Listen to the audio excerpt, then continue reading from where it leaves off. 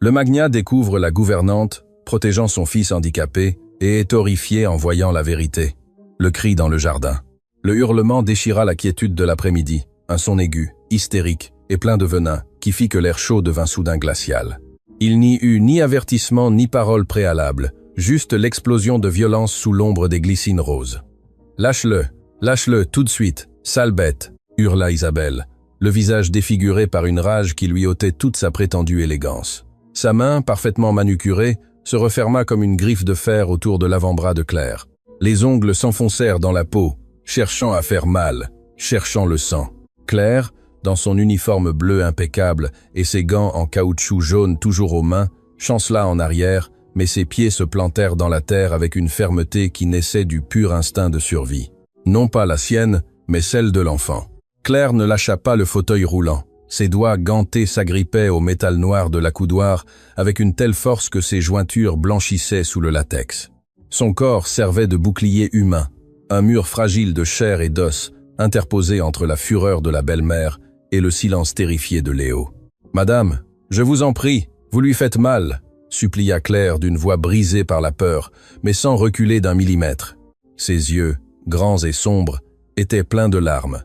Non pas à cause de la douleur physique de la prise d'Isabelle, mais de l'angoisse de voir Léo se recroqueviller dans son fauteuil. Léo, le fils du patron, un adolescent de 14 ans qui semblait beaucoup plus petit en raison de l'atrophie de ses jambes et du poids d'une ancienne tristesse, ne disait rien.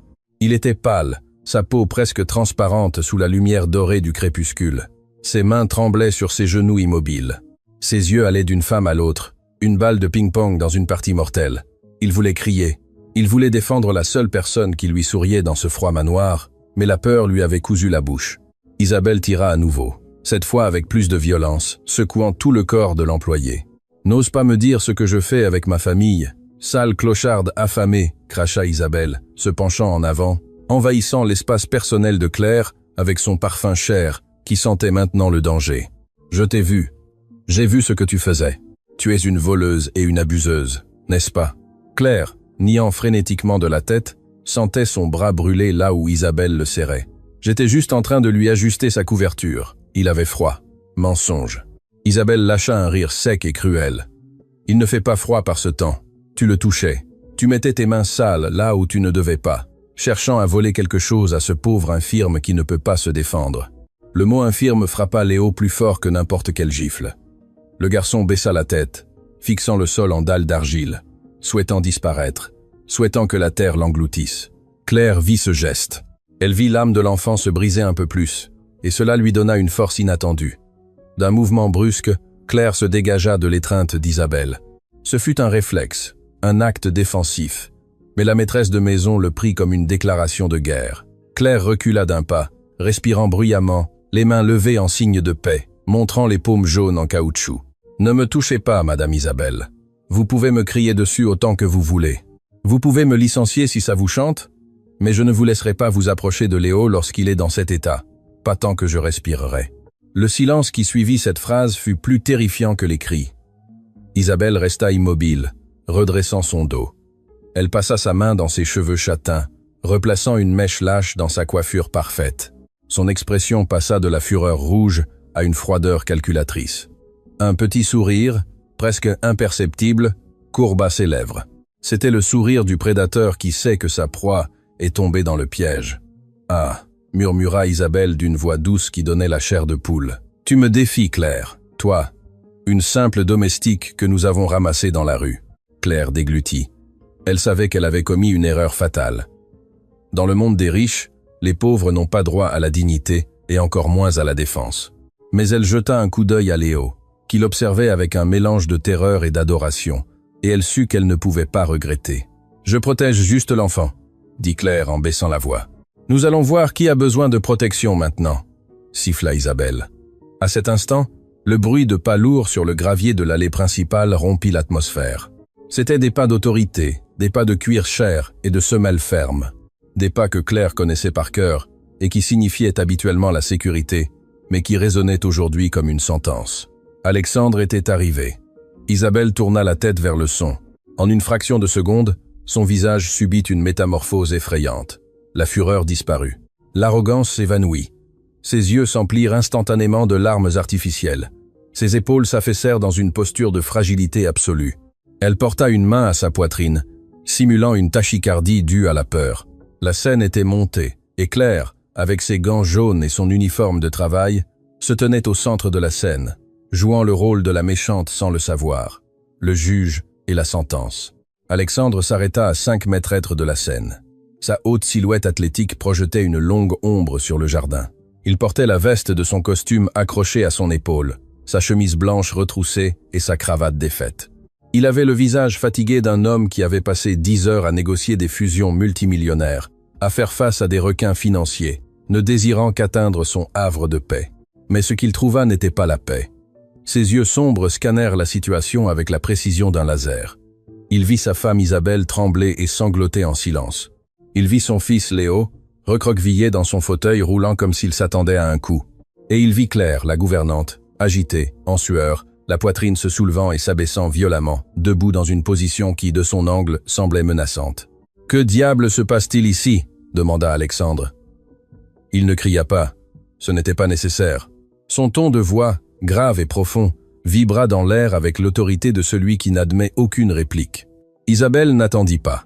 Elle se précipita vers lui, courant ses quelques mètres avec un désespoir théâtral, et se jeta dans ses bras, enfouissant son visage dans sa chemise blanche. « Alexandre, Dieu merci tu es là », pleura Isabelle, s'assurant que ses larmes mouillent le tissu de sa poitrine. « J'ai eu tellement peur, mon amour, tellement peur. » Alexandre entoura instinctivement sa femme d'un bras, mais ses yeux ne quittèrent pas Claire. Son regard était un mélange de confusion et d'une déception croissante qui faisait plus mal que la haine. Peur. Peur de quoi, Isabelle? Explique-toi. Isabelle se sépara un peu, juste assez pour le regarder dans les yeux avec ses pupilles brillantes de pleurs fins. Elle pointa Claire d'un doigt tremblant, comme si la pointer lui causait une douleur physique. D'elle, Alexandre, de cette femme. Isabelle sanglota, prenant une inspiration pour dramatiser.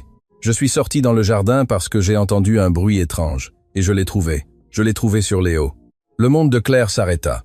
Elle sentit le sang lui monter aux pieds. Elle voulut parler. Elle voulut crier que c'était un mensonge, mais sa voix se bloqua dans sa gorge. « Sur Léo ?» répéta Alexandre en fronçant les sourcils, incapable de traiter l'image. Il regarda son fils. Léo gardait la tête baissée, incapable de soutenir le regard de son père. Alexandre interpréta ce silence comme de la honte, comme un traumatisme. « Claire, qu'est-ce que cela signifie ?» Elle était en train de tordre le bras de Léo, interrompit Isabelle en haussant le ton, couvrant toute tentative de défense de l'employé. Elle l'obligeait à lui dire où nous cachions le coffre-fort, et quand j'ai essayé de l'arrêter, elle s'est jetée sur moi. Regarde. Isabelle tendit son propre bras, où ironiquement la force qu'elle avait elle-même exercée en tirant Claire avait laissé une légère marque rouge sur sa peau sensible. Elle m'a attaqué, Alexandre. Cette sauvageonne m'a attaqué dans ma propre maison. Alexandre relâcha doucement sa femme et fit 2 pas vers Claire. La distance entre le patron et l'employé n'avait jamais semblé aussi abyssale qu'à cet instant. « Monsieur », commença Claire d'une voix mince comme un fil, joignant ses mains gantées dans un geste de supplique. « Monsieur Alexandre, je vous jure sur ma vie, sur la mémoire de ma mère, que ce n'est pas vrai. Tais-toi. » La voix d'Alexandre fut un coup de fouet. Claire ferma la bouche d'un coup, tremblant. Alexandre regarda Léo. Il avait besoin que son fils parle. Il avait besoin qu'il démente cette folie. Claire avait pris soin de Léo pendant 2 ans. C'était elle qui le faisait rire, qui lui cuisinait ce qu'il aimait. Cela n'avait aucun sens, mais le doute est un poison rapide. Et Isabelle l'avait injecté directement dans la veine. « Léo », dit Alexandre d'une voix plus douce mais tendue. « Mon fils, regarde-moi. » Léo leva lentement les yeux. Ils étaient pleins de panique. Derrière Alexandre, Isabelle le fixait, une main touchant discrètement la poche de sa robe. Léo connaissait ce geste. Il savait ce que cela signifiait.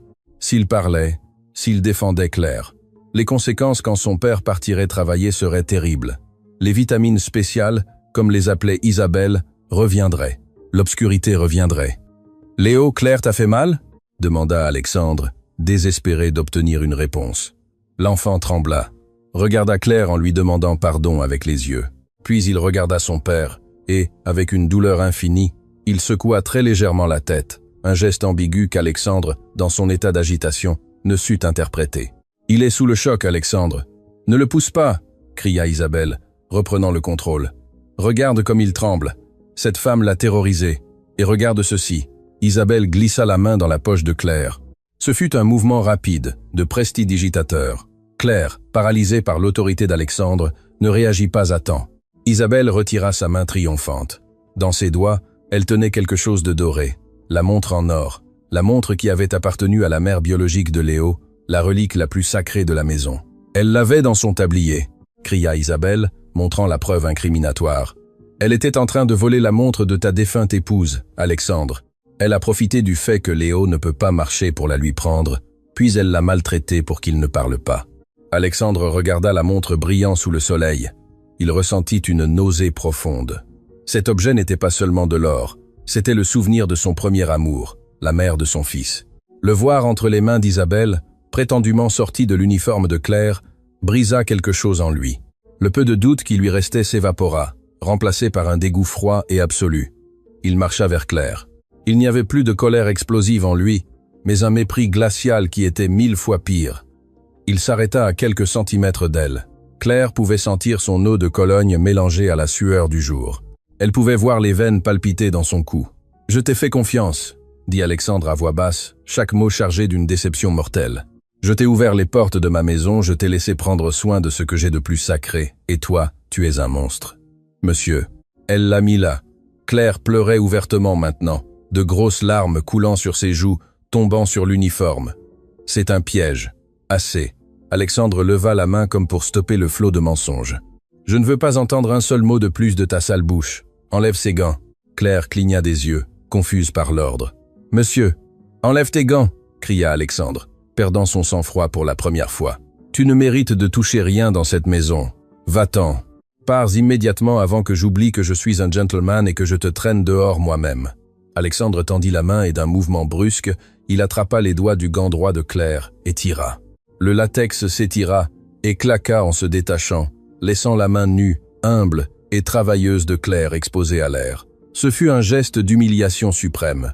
Il la dépouilla de son outil de travail, de sa dignité. « Tu as 2 minutes pour disparaître de ma vue », dit Alexandre, en jetant le gant au sol comme s'il s'agissait d'une ordure contaminée. « Si je te vois quand je rentre à la maison, j'appelle la police et je m'assure que tu pourrisses en prison pour vol et agression sur mineur. » Isabelle, derrière lui, serra Léo dans ses bras de manière possessive, souriant contre les cheveux de l'enfant, tout en regardant Claire avec un triomphe absolu. Elle avait gagné. La domestique était finie. Claire regarda sa main nue, regarda le gant par terre, regarda Alexandre, un homme bon aveuglé par une vipère, puis elle regarda Léo. L'enfant avait les yeux fermés, pleurant en silence. Quelque chose changea à l'intérieur de Claire. La peur de la prison, la peur du chômage, la peur du pouvoir du magnat. Tout cela était toujours là, mais fut dépassé par quelque chose de plus grand, une flamme d'indignation, une certitude morale. Elle ne partirait pas ainsi, pas en laissant l'enfant à la merci de cette femme. Si elle devait tomber, elle tomberait en se battant. Si elle devait aller en prison, elle y irait en criant la vérité. Claire leva les yeux, essuya ses larmes avec le dos de sa main nue, redressa son dos, et pour la première fois regarda Alexandre non pas comme un patron, mais comme un homme aveugle qui avait besoin d'ouvrir les yeux de force. « Appelez la police, monsieur Alexandre », dit Claire. Sa voix ne tremblait plus, elle était dure, comme une pierre de rivière. « Appelez-les, qu'ils viennent. Mais je ne bougerai pas d'ici avant que vous ne voyiez ce que votre épouse cache dans sa main droite derrière son dos. » Le jardin devint silencieux, comme un tombeau. Alexandre s'arrêta net. Isabelle cessa de sourire, le doute corrosif. Le défi de Claire flotta dans l'air chaud de l'après-midi, lourd et toxique. « Regardez ce que votre épouse cache dans sa main droite. » La phrase ne fut pas un cri, ce fut une sentence. Et face aux sentences, les coupables ont tendance à trembler, même intérieurement. Alexandre, qui un instant auparavant était prêt à traîner l'employé hors de sa propriété, s'arrêta. Sa respiration était haletante. Le nœud de sa cravate défaite le serrait comme une corde fantôme. Il regarda Claire.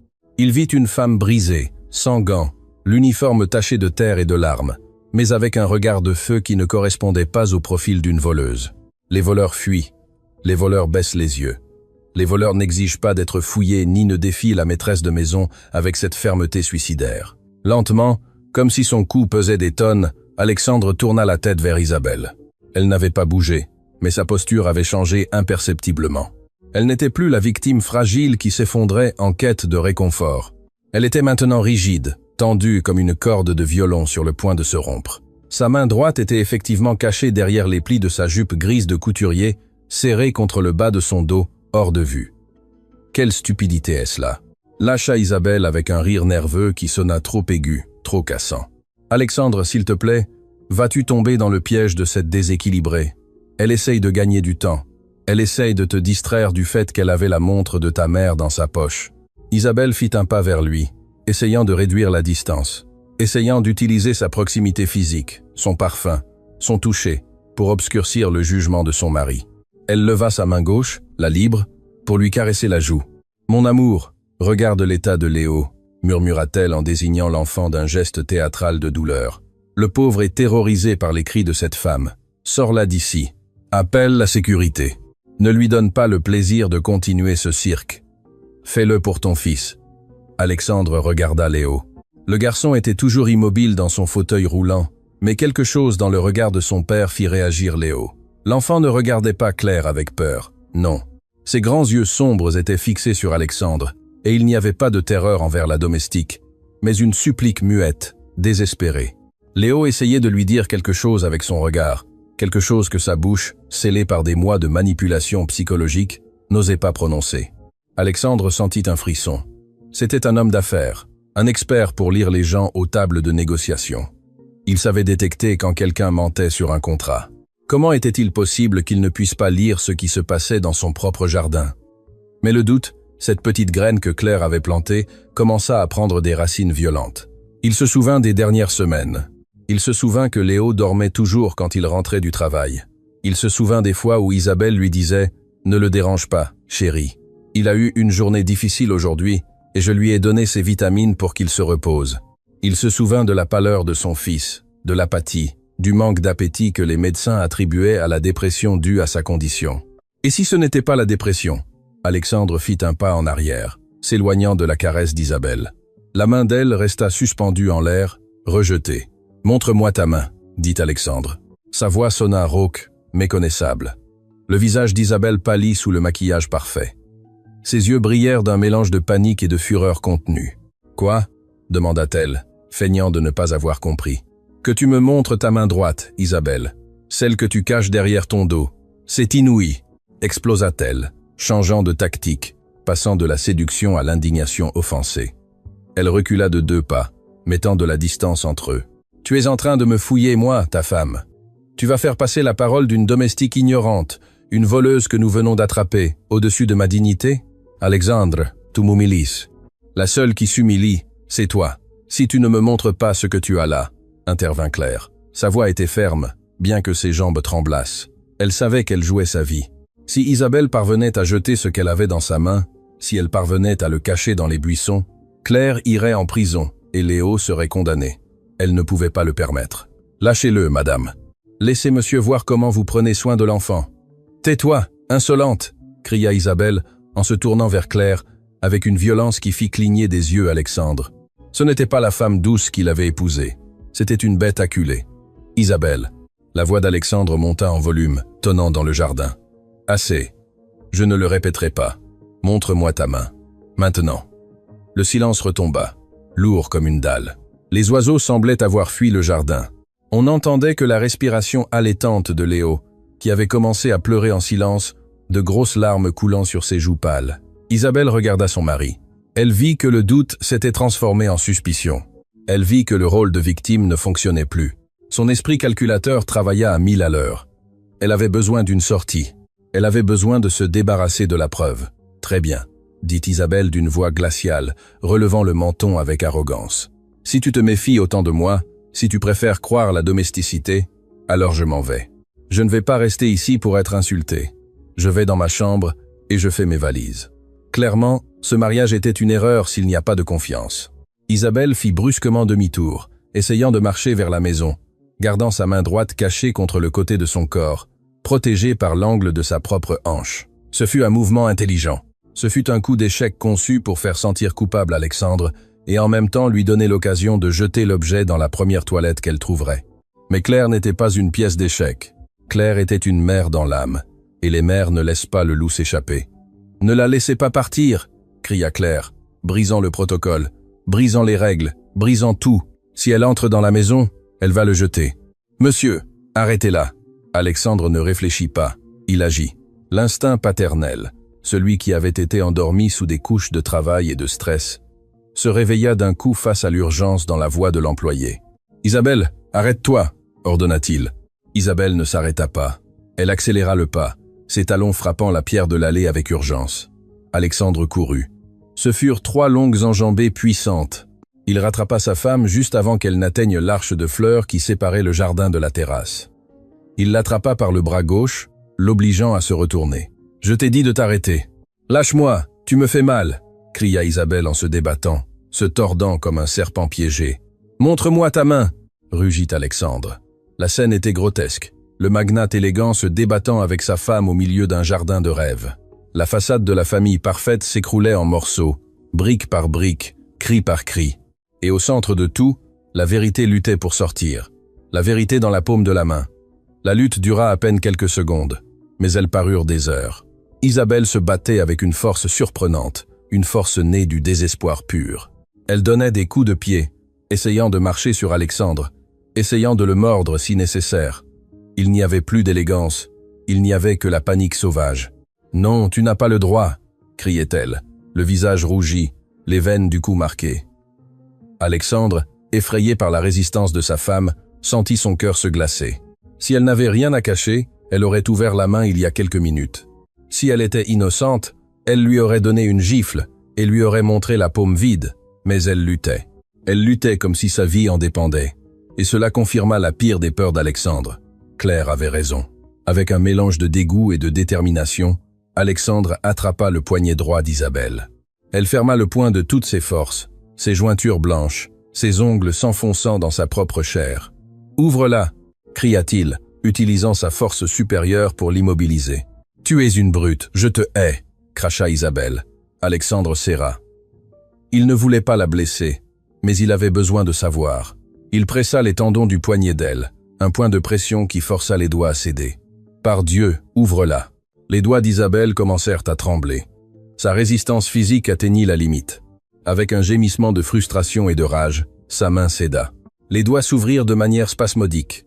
Le temps sembla ralentir. De la paume en sueur d'Isabelle tombèrent 2 objets. Ils ne tombèrent pas rapidement.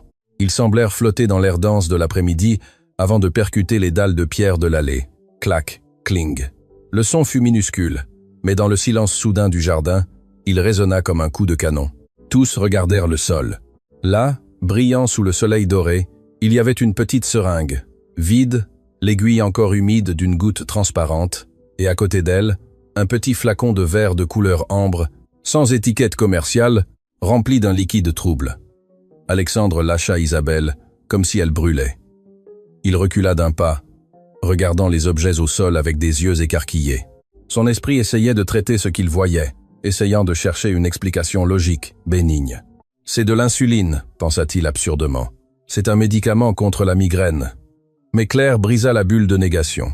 Claire tomba à genoux, non pas devant ses patrons, mais devant la preuve, la pointant de sa main nue. « Voilà », sanglota Claire, la voix brisée par le soulagement et la douleur. « Voilà le sommeil de l'enfant Léo. » Alexandre leva les yeux vers Claire, stupéfait. « Qu'est-ce que c'est ?» demanda sa voix à peine un murmure. « C'est un sédatif, monsieur. »« Un sédatif pour chevaux ou pire ?» dit Claire sans cesser de regarder le flacon. « Je le sais parce que j'en ai trouvé un identique à la poubelle la semaine dernière. Je l'ai écouté. Je l'ai écouté parler au téléphone, disant que la dose était suffisante pour le maintenir tranquille et sans déranger jusqu'à ce que vous reveniez de voyage. » Alexandre sentit le monde tourner. Il regarda Isabelle. Elle se tenait debout, se massant le poignet, respirant bruyamment. Son masque était tombé complètement. Il n'y avait plus de peur sur son visage, juste une froideur défensive, le regard de quelqu'un qui a été découvert et décide que cela ne vaut plus la peine de feindre. « Explique-toi », dit Alexandre. Il ne cria pas. Son ton était d'un calme mortel. Le calme avant l'ouragan, Isabelle ajusta sa robe, releva le menton. Si elle devait tomber, elle tomberait avec hauteur. « Tu exagères, Alexandre », dit-elle d'un ton de voix qui tentait de retrouver la normalité, comme s'il discutait du menu du dîner. C'est de la médecine naturelle, de l'homéopathie. Léo est un enfant très nerveux, très difficile. Il devient hystérique quand tu n'es pas là. Je lui donne juste quelque chose pour le calmer, pour qu'il ne souffre pas. Je le fais pour lui. Pour lui? Alexandre regarda la seringue au sol. L'aiguille brillait d'une menace mortelle. Tu injectes de l'homéopathie à mon fils? C'est plus rapide ainsi, répondit-elle en haussant les épaules. Il crache les pilules. Ne me regarde pas comme ça. Tu n'es pas ici toute la journée. Tu n'as pas à supporter ses pleurnicheries, son silence dépressif. C'est épuisant, Alexandre. Je fais tout cela pour maintenir cette maison en paix pour toi. Mensonge. Le cri ne vint pas de Claire, il vint du fauteuil roulant. Alexandre et Isabelle se tournèrent brusquement. Léo, l'enfant qui chuchotait à peine, s'était propulsé en avant. Ses mains agrippaient les roues de son fauteuil avec une force nouvelle. Son visage était baigné de larmes, mais son expression était d'une rage pure, adolescente et douloureuse. « Léo !» murmura Alexandre. « Mensonge !» répéta Léo, la voix se brisant. « Ce n'est pas un médicament. Ça me donne des vertiges. Ça me fait oublier des choses. Ça me fait ne pas pouvoir bouger. » Le garçon commença à tirer sur la manche de son t-shirt beige.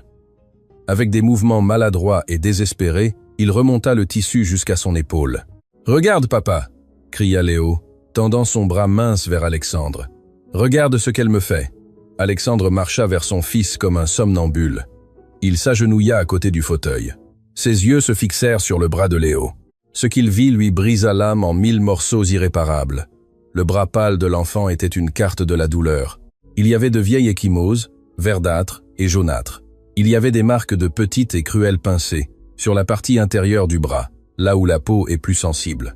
Et il y avait des points rouges, des marques de piqûres. 1, 2, 3, 5 piqûres récentes. Alexandre toucha le bras de son fils avec des doigts tremblants. La peau était froide. Léo frissonna au contact, mais ne se retira pas. Il se laissa toucher par son père, cherchant protection. « Elle m'a dit que si je te le racontais, tu partirais pour toujours », murmura Léo en regardant son père dans les yeux. « Elle m'a dit que tu voulais une belle épouse, pas un fils handicapé qui cause des problèmes. Elle m'a dit que si j'étais méchant, tu m'enverrais dans un internat où personne ne viendrait me voir. » Alexandre ferma les yeux. Une larme solitaire, chaude et lourde, s'échappa de ses paupières serrées. La douleur dans sa poitrine était physique, un infarctus émotionnel. Il avait été aveugle. Il avait été tellement occupé à construire un empire, à acheter ce manoir, à acheter ses robes pour Isabelle, croyant qu'il subvenait aux besoins de sa famille, qu'il avait laissé le loup entrer dans la bergerie. Il avait laissé son fils sans défense, face à un monstre déguisé en ange. Il ouvrit les yeux. Il n'y avait plus de larmes, seulement une obscurité terrible dans son regard. Il se leva lentement, tournant le dos à Léo et à Claire, et fit face à Isabelle. Isabelle recula. Pour la première fois, elle ressentit une vraie peur. Non pas la peur d'être découverte, mais une peur physique. Alexandre était un homme pacifique, mais le regard qu'il avait maintenant était celui d'un homme capable de tuer de ses propres mains. « Alexandre, attends, laisse-moi t'expliquer. L'enfant invente des choses. Tu sais comment est son imagination ?» balbutia Isabelle, reculant jusqu'à se cogner contre une colonne de fleurs. « Non. » La voix d'Alexandre fut sèche, coupante. « Ne parle pas. Ne prononce plus jamais le nom de mon fils avec ta bouche. » Alexandre se baissa et ramassa la montre en or qu'Isabelle avait trouvée plus tôt dans la poche de Claire. Il la nettoya avec sa chemise, enlevant les empreintes de sa femme. Puis il marcha vers Claire. L'employé était toujours à genoux, épuisé par l'adrénaline. Alexandre lui tendit une main, non pas pour lui donner un ordre, non pas pour la pointer. Il lui tendit la main pour l'aider à se relever. « Lève-toi, Claire », dit-il d'une voix douce, la première fois qu'il utilisait ce ton avec elle depuis des années. « S'il te plaît, lève-toi. » Claire prit la main du magnat, sa main rude et travailleuse, contre la main douce et soignée de lui. Il la tira avec douceur, la remettant debout. « Pardonne-moi », dit Alexandre en la regardant dans les yeux, ignorant Isabelle qui observait la scène atterrée. « Pardonne-moi d'avoir été si aveugle. Pardonne-moi de t'avoir humilié alors que tu étais la seule à protéger mon sang. » Puis Alexandre se tourna vers Isabelle. Sa posture se redressa. Il sembla grandir de 10 centimètres. « C'est fini, Isabelle. »« Quoi ?» Elle cligna des yeux, incrédule. « Alexandre, tu ne peux pas être sérieux, pour un malentendu, pour les mensonges d'un enfant malade et d'une domestique. Je suis ta femme. Tu étais fois ma femme, corrigea-t-il, avançant vers elle pas à pas, l'obligeant à reculer vers la sortie du jardin. Maintenant tu es une étrangère, et je veux que tu quittes ma maison immédiatement. Tu ne peux pas me chasser, cria-t-elle, retrouvant son hystérie. J'ai des droits, j'ai des avocats, c'est aussi ma maison.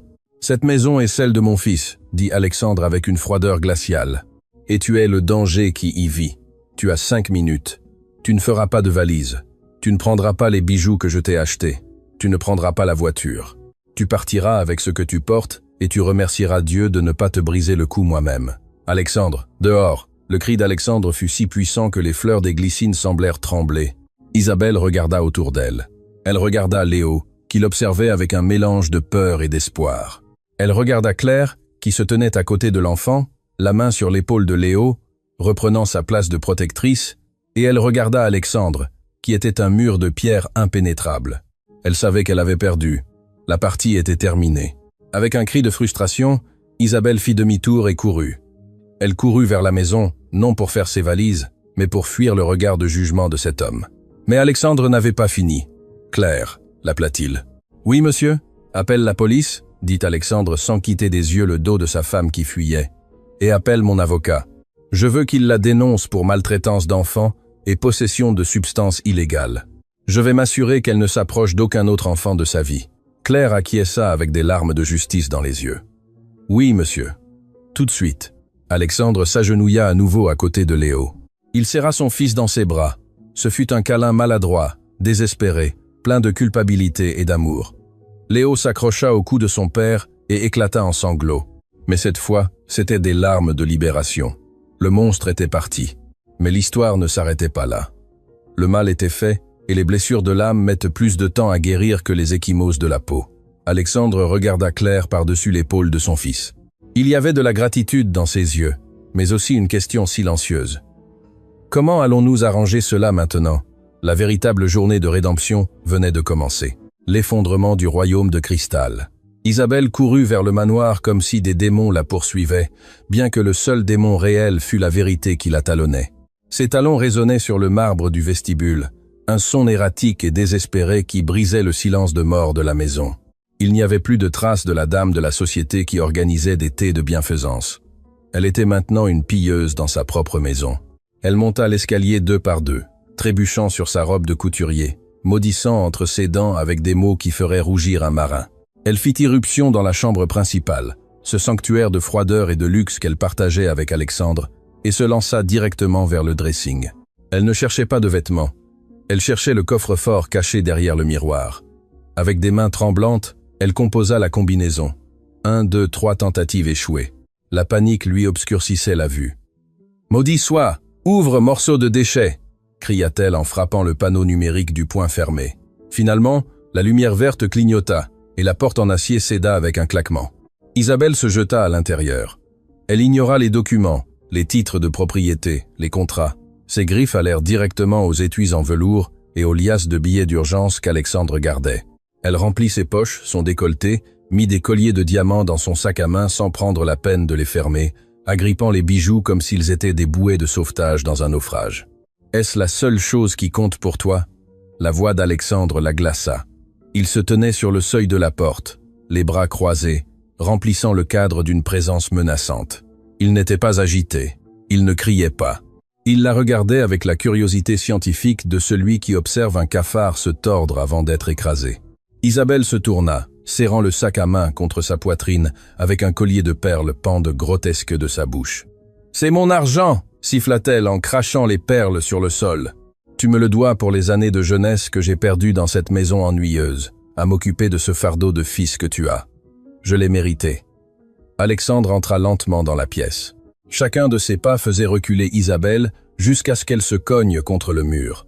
Il regarda le désordre, les tiroirs ouverts, les vêtements jetés, la cupidité nue et l'aide éparpillée sur le sol. « Je t'ai tout donné, » dit Alexandre avec un calme qui faisait plus peur que n'importe quel cri. « Je t'ai donné mon nom, ma maison, ma confiance. Et en retour, tu as torturé mon fils, tu l'as drogué, tu l'as frappé. C'était nécessaire, » cria-t-elle, les yeux exorbités. « Tu n'étais pas là. Tu n'avais pas à voir comment il me regardait. Cet enfant me déteste. Il me regardait comme si j'étais une intruse. Il fallait qu'il se taise, qu'il cesse d'être un fardeau. Le seul fardeau ici, c'était toi, » répondit Alexandre. À cet instant, le son des sirènes inonda l'entrée de la maison. Des lumières bleues et rouges commencèrent à danser sur les murs de la chambre, filtrant à travers les rideaux, peignant la scène d'une urgence policière. Isabelle courut vers la fenêtre. Elle vit 2 voitures de police, se garait brusquement sur le gravier. Elle vit les officiers descendre, armes à la main, alertés par la gravité de l'appel de Claire. Non. Isabelle se tourna vers Alexandre, son arrogance s'effondrant en une seconde. « Alexandre, s'il te plaît, tu ne peux pas les laisser m'emmener. Pense au scandale. Ta réputation, les actions de l'entreprise diront que ta femme est une criminelle. » Alexandre lâcha un rire sec, sans humour. « Ma réputation, je m'en fiche, Isabelle. Je préfère être la risée de la ville plutôt que de passer une seconde de plus à te protéger. » Les pas lourds des policiers montèrent l'escalier. Isabelle tenta de courir vers la salle de bain pour s'y enfermer, mais Alexandre lui bloqua le passage. Il ne la toucha pas, il se tint simplement devant elle, et son regard de mépris fut un mur infranchissable. « Mains en l'air, police !» cria un officier en entrant dans la pièce, pointant Isabelle. Elle lâcha le sac à main. Les bijoux tombèrent au sol avec un fracas ridicule. Collier d'or, bagues, liasses de billets, tout éparpillé à ses pieds. Un tapis de vanité inutile. « C'est une erreur !» pleura Isabelle, tandis que l'officier la tournait brusquement contre le mur pour la menotter. « Je suis la maîtresse de maison. Cette domestique m'a tendu un piège. Alexandre, dis-leur quelque chose. » Alexandre regarda l'officier. « Amenez-la. Elle a des drogues illégales en sa possession et il y a des preuves physiques de maltraitance grave sur mon fils. Mon avocate remettra les preuves au commissariat dans 1 heure. Maudit sois-tu !» cria Isabelle, tandis qu'on la traînait hors de la pièce. Elle se tordait. Elle perdait ses chaussures. Sa coiffure parfaite se défaisait. Elle n'était plus la reine du manoir. Elle n'était qu'une criminelle pathétique, criant des insultes pendant qu'on la sortait de son palais de mensonges. « Tu vas le regretter. Sans moi, tu n'es rien. Cet enfant handicapé va te ruiner la vie. » Ses cris s'éloignèrent dans le couloir, descendant l'escalier, jusqu'à ce que le claquement de la porte de la voiture de patrouille mette fin au bruit. Alexandre resta seul dans la chambre. Le silence revint, mais maintenant il était différent. La maison semblait immense, vide et froide. Il regarda le lit conjugal où il avait dormi avec cette femme, croyant qu'il l'aimait. Il ressentit des nausées. Il arracha les draps d'un geste violent et les jeta au sol. Il ne pouvait pas supporter de voir quoi que ce soit qu'elle ait touché. Il s'approcha de la fenêtre et regarda le jardin. En bas, le crépuscule commençait à tomber, teignant le ciel de nuances violettes et oranges. Là, à côté des glycines, 2 silhouettes restaient immobiles. Claire était agenouillée à côté du fauteuil roulant, boutonnant la chemise de Léo, arrangeant ses vêtements avec une tendresse infinie. Léo ne pleurait pas. Il avait la tête appuyée sur l'épaule de l'employé, cherchant la paix. Alexandre appuya son front contre la vitre froide. Il avait tout l'argent du monde, mais à cet instant, il réalisa qu'il était l'homme le plus pauvre de la terre. La femme qu'il payait pour nettoyer ses sols était la seule à avoir exercé le rôle de mère. Et lui, le grand homme d'affaires, le visionnaire, n'avait été qu'un aveugle absent. Il baissa la tête et pleura. Non pas le pleur contenu d'avant, mais un pleur laid, rauque, qui secouait ses épaules. Il pleura pour le temps perdu. Il pleura pour la douleur de son fils. Il pleura parce qu'il savait que chasser Isabelle était la partie facile. Le difficile commençait maintenant.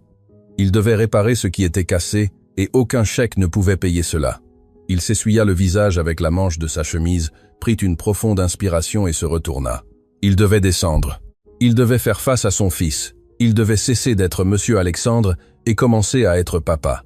Et il était terrifié parce qu'il ne savait pas si Léo lui permettrait de s'approcher. La leçon d'humilité. Quand Alexandre revint dans le jardin, le soleil s'était presque complètement couché. Les lumières automatiques du sentier s'étaient allumées, projetant de longues ombres sur la pelouse. L'air s'était refroidi, apportant avec lui l'odeur humide de la nuit tropicale. Claire et Léo n'avaient pas bougé. Ils ressemblaient à une statue vivante de la piété, la femme humble protégeant l'enfant brisé.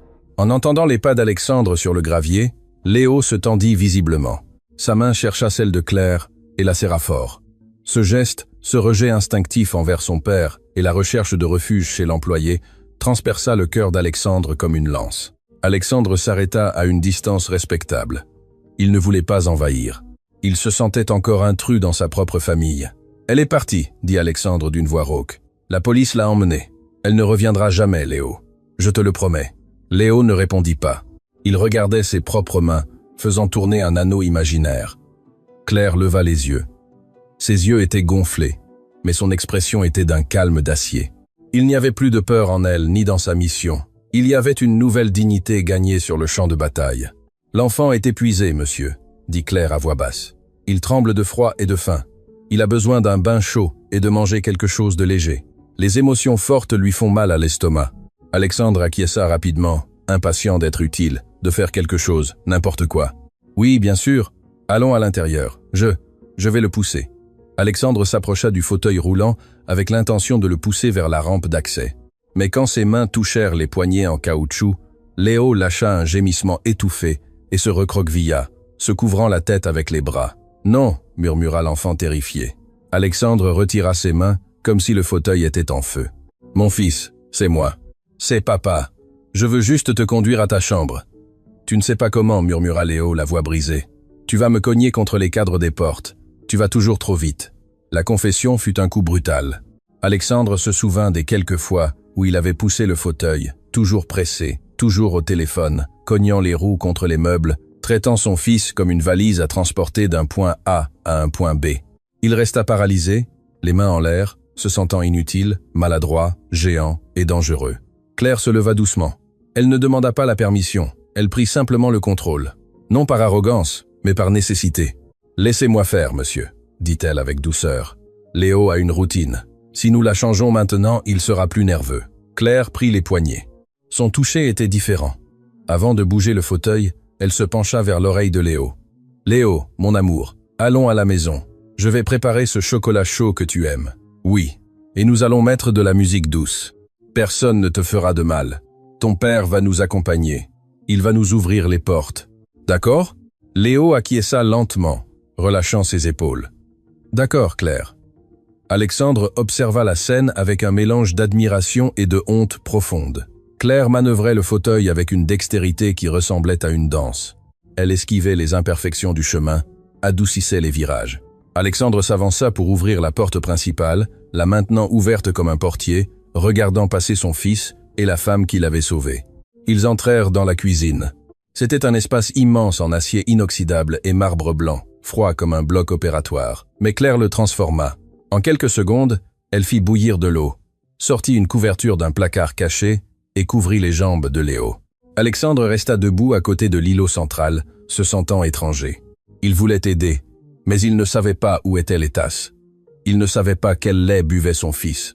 Il ne savait rien. « Asseyez-vous, monsieur Alexandre », dit Claire sans cesser de bouger, fouettant le chocolat au rythme. « S'il vous plaît, ça rend l'enfant nerveux si vous restez là, debout comme un fantôme. » Alexandre obéit. Il s'assit sur un tabouret haut en face de son fils. Léo était de l'autre côté de la table, regardant la vapeur de la tasse que Claire venait de placer devant lui. « Claire », commença Alexandre, puis il s'arrêta. Il devait demander. Il devait comprendre. « Pourquoi es-tu restée ? Claire, tu savais ce qui se passait. Isabelle te traitait comme de la boue. Je t'ignorais. Je te payais le salaire minimum. Tu aurais pu aller n'importe où ailleurs. Pourquoi es-tu restée à supporter cet enfer ?» Claire regarda Léo, qui buvait son chocolat avec avidité, retrouvant peu à peu de la couleur sur ses joues. Puis elle regarda Alexandre, et ses yeux sombres brillèrent d'une vérité simple et dévastatrice. « Parce qu'un jour, il y a 6 mois, je suis entré dans la chambre de l'enfant pour nettoyer. Il pleurait dans l'obscurité. Je me suis approché et il m'a attrapé la main. Il m'a dit « S'il te plaît, ne me laisse pas seul. J'ai peur. » Claire fit une pause, avalant le nœud dans sa gorge. « J'ai un fils, monsieur Alexandre. Il est dans mon village avec ma grand-mère. Je ne l'ai pas vu depuis 2 ans parce que je suis ici pour lui envoyer de l'argent. Quand Léo m'a attrapé la main, j'ai vu mon propre fils. Et je me suis promis devant la Vierge que si je ne pouvais pas prendre soin du mien, je prendrais soin du vôtre, comme s'il était de mon propre sang. Parce qu'aucun enfant ne mérite de vivre dans la peur dans sa propre maison. L'argent n'achète pas la paix, monsieur. Et je ne pouvais pas dormir tranquille, sachant que si je partais, cet ange restait seul avec cette sorcière. » Alexandre baissa les yeux, honteux jusqu'à la moelle. Lui, qui croyait que son devoir de père se terminait en signant les chèques de l'école et des thérapies, venait de recevoir la plus grande leçon de morale de sa vie. Une femme qui avait sacrifié l'éducation de son propre fils pour sauver le sien. « Je ne sais pas comment te payer cela », murmura Alexandre. « Il ne s'agit pas de payer, monsieur », répondit Claire, retournant à sa tâche de nettoyer la cuisine, mal à l'aise avec l'éloge. « Il s'agit d'être là. Être là. Oui, être là. » Claire pointa Léo du doigt. « Il n'a pas besoin que vous lui achetiez une autre console de jeux vidéo. Il a besoin que vous sachiez comment lui donner son bain sans que son dos lui fasse mal. Il a besoin que vous sachiez quel cauchemar il fait. Il a besoin que vous appreniez à masser ses jambes jusqu'à ce qu'il puisse les utiliser. Ou même s'il ne les utilise jamais plus. Alexandre regarda son fils. Léo avait fini le chocolat et le regardait, expectant. Il y avait une porte ouverte dans ce regard. Une opportunité. Alexandre se leva, retira la veste de son costume à 10 000 € et la laissa tomber sur une chaise. Il retroussa sa chemise blanche jusqu'au coude. « Enseigne-moi », dit Alexandre en regardant Claire. « Enseigne-moi à lui donner son bain. Enseigne-moi à le coucher. Enseigne-moi tout, je ne me coucherai pas, tant que je n'aurai pas appris à prendre soin de mon fils. » Claire sourit pour la première fois de l'après-midi. Un sourire fatigué, mais sincère, qui illumina son visage humble. « D'accord, patron, mais d'abord, enlevez ces chaussures en cuir qui font beaucoup de bruit et réveillent les échos de la maison. Ici, nous allons marcher lentement. » Alexandre acquiesça, se baissa et dénoua ses lacets, retira ses chaussures chères et resta en chaussettes sur le sol froid. Il se sentit vulnérable, ridicule et, pour la première fois depuis des années, complètement honnête. « Allons, Léo, » dit Alexandre en s'approchant du fauteuil avec des mouvements lents, imitant ce qu'il avait vu faire à Claire. « Nous allons te préparer pour dormir. Tu me dis si je fais mal, d'accord? Tu es le chef maintenant. » Léo sourit timidement. « D'accord, papa. Mais fais attention à mon pied droit. C'est celui qui me fait le plus mal. »« Je ferai attention, je te le jure. » Claire les regarda quitter la cuisine, le père poussant le fauteuil avec maladresse, mais avec un soin infini. Le fils donnant des instructions à voix basse. Elle resta seule un instant, respirant le silence de la maison libérée. Elle savait que la guerre était terminée, mais la reconstruction serait longue. Et elle, la générale en uniforme de domestique, était prête à diriger les travaux. La nuit des démons. La maison, qui pendant la journée semblait un palais de lumière, se transforma à la tombée de la nuit en une caverne d'ombres allongées et de silence lourd. Mais le silence ne dura pas longtemps. À 3 heures du matin, un cri déchirant rompit le calme du couloir du 2e étage. Ce ne fut pas un cri de cauchemar d'enfant ordinaire. Ce fut l'hurlement d'un corps en guerre contre lui-même. Alexandre, qui s'était endormi sur une chaise inconfortable à côté du lit de Léo, se réveilla en sursaut, le cœur battant contre ses côtes comme un marteau. La lampe de la table de chevet était allumée, projetant une lumière jaune et maladive sur la scène. Léo se tordait dans les draps trempés de sueur froide. Son corps, fragile et mince, s'arquait en spasmes violents. Il avait les yeux écarquillés, regardant des choses qui n'étaient pas là. Des hallucinations provoquées par l'abstinence abrupte des sédatifs qu'Isabelle lui avait injectés pendant des mois. « Non, enlève-les, ça me pique, ça me brûle !»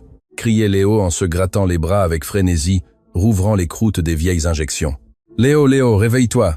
Alexandre se jeta sur lui, essayant de lui tenir les mains pour qu'il cesse de se faire mal. Mais la force de l'enfant était surnaturelle, née de la panique chimique. « Mon fils, c'est moi, c'est papa. Ce n'est pas toi, c'est elle. Va-t'en, sorcière !» Léo donna un coup de pied aveugle qui frappa la poitrine d'Alexandre, le laissant sans souffle pendant 1 seconde. Alexandre recula, terrifié. Il n'avait jamais vu quelque chose de pareil. Dans son monde des affaires, les problèmes se résolvaient avec des appels, des avocats, de l'argent. Mais ceci, c'était un enfer biologique contre lequel sa carte de crédit n'avait aucun pouvoir. La panique s'empara de lui. Il chercha son téléphone avec des mains tremblantes. Il allait appeler une ambulance, le meilleur hôpital privé, le chef de la neurologie de la ville. Il allait payer n'importe quoi pour qu'il drogue son fils et arrête cette souffrance. Juste au moment où il allait composer le numéro, la porte de la chambre s'ouvrit brusquement. Claire entra. Elle ne portait pas son uniforme, mais une robe de chambre en coton usée et ses cheveux lâches, tombant sur ses épaules comme une cascade noire. Elle n'avait pas peur sur son visage. Elle avait de la détermination. « N'appelez personne !» ordonna Claire en voyant le téléphone dans la main d'Alexandre. Sa voix coupa l'air plus aiguisé qu'un couteau. Il convulse. « Il a besoin d'un médecin !» cria Alexandre désespéré. « Regarde-le, il a besoin de se désintoxiquer. » Claire traversa la pièce et arracha le téléphone de la main d'Alexandre, le jetant sur le lit. « Si vous l'emmenez à l'hôpital, ils vont le remplir de plus de produits chimiques pour le calmer. Son corps crie parce qu'il manque de la drogue. Il faut que ça sorte, monsieur. Il faut que le poison sorte. » Claire monta sur le lit sans se soucier des hiérarchies ni des normes sociales. Elle se plaça derrière Léo, le piégeant dans une étreinte de contention, encerclant la poitrine de l'enfant avec ses bras forts, l'immobilisant contre son propre corps. « Lâche-moi !» hurlait Léo, pleurant, bavant, complètement hors de lui. « Chut, ça va passer, ma vie, ça va passer !» chuchota Claire à l'oreille de l'enfant, se balançant rythmiquement d'avant en arrière. Elle ne luttait pas contre lui, elle l'accompagnait dans la tempête. Crie, Léo, crie tout, Claire est là, Claire est là. Alexandre resta paralysé au pied du lit, se sentant un spectateur inutile de l'agonie de son propre fils.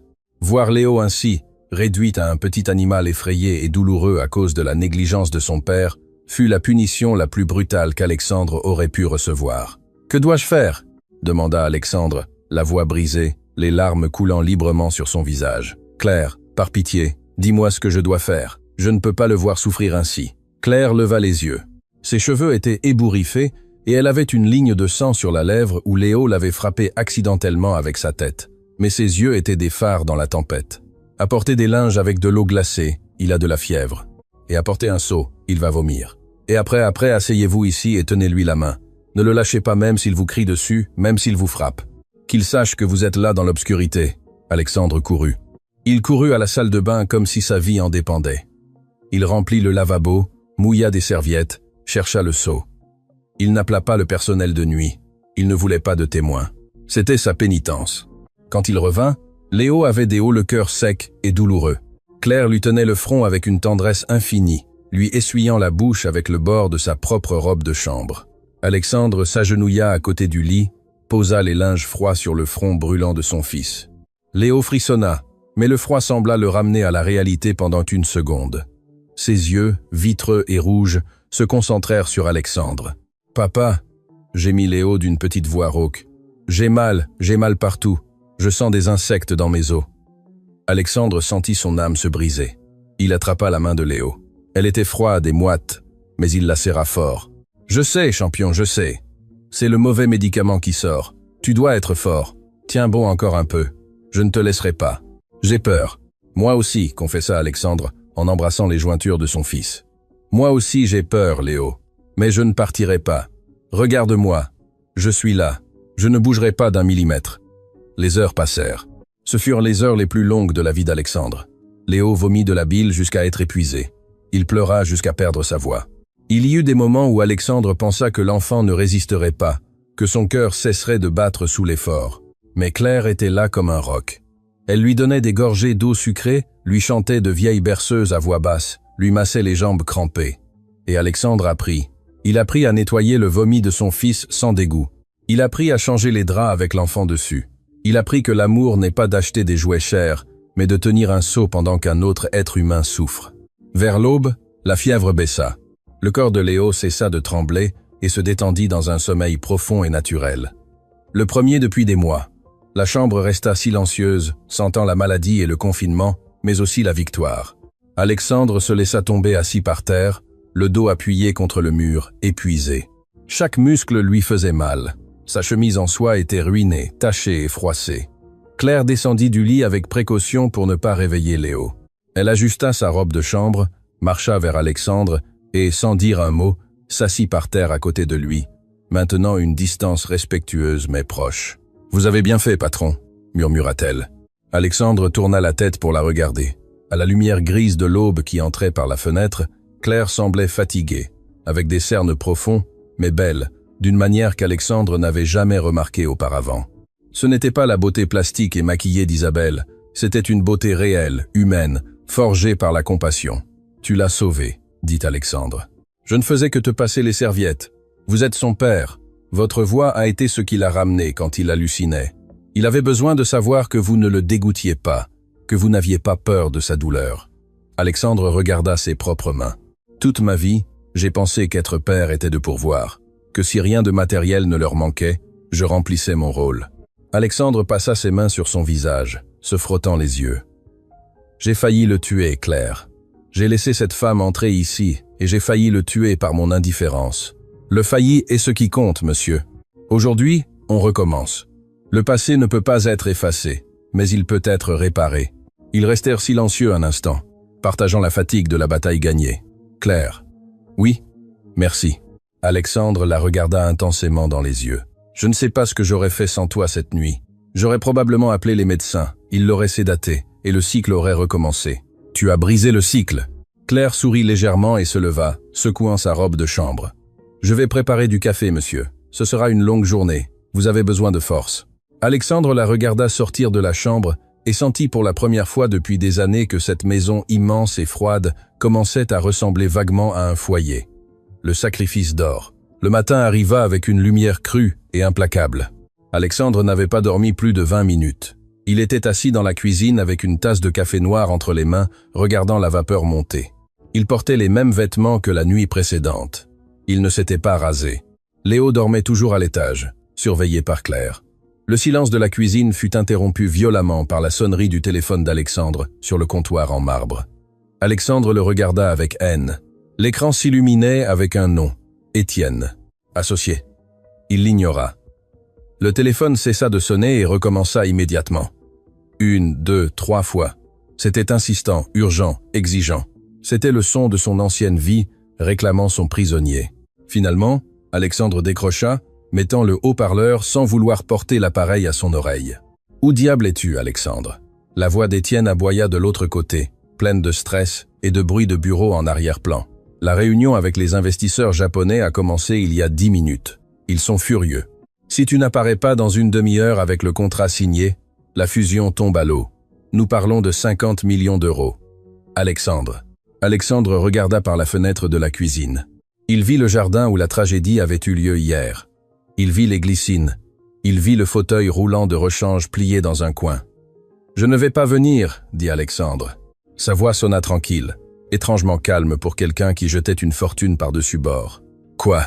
Il y eut un silence stupéfait de l'autre côté de la ligne. « Es-tu ivre, Alexandre ? Écoute-moi bien. Si tu ne viens pas, ils te poursuivent pour rupture de contrat. Tu vas perdre ton poste au conseil. Tu vas perdre des bonus. Tu vas perdre des millions. Bouge ton cul et viens tout de suite. » À cet instant, Claire entra dans la cuisine. Elle portait un plateau avec le petit déjeuner pour Léo, mais s'arrêta en entendant les cris qui sortaient du téléphone.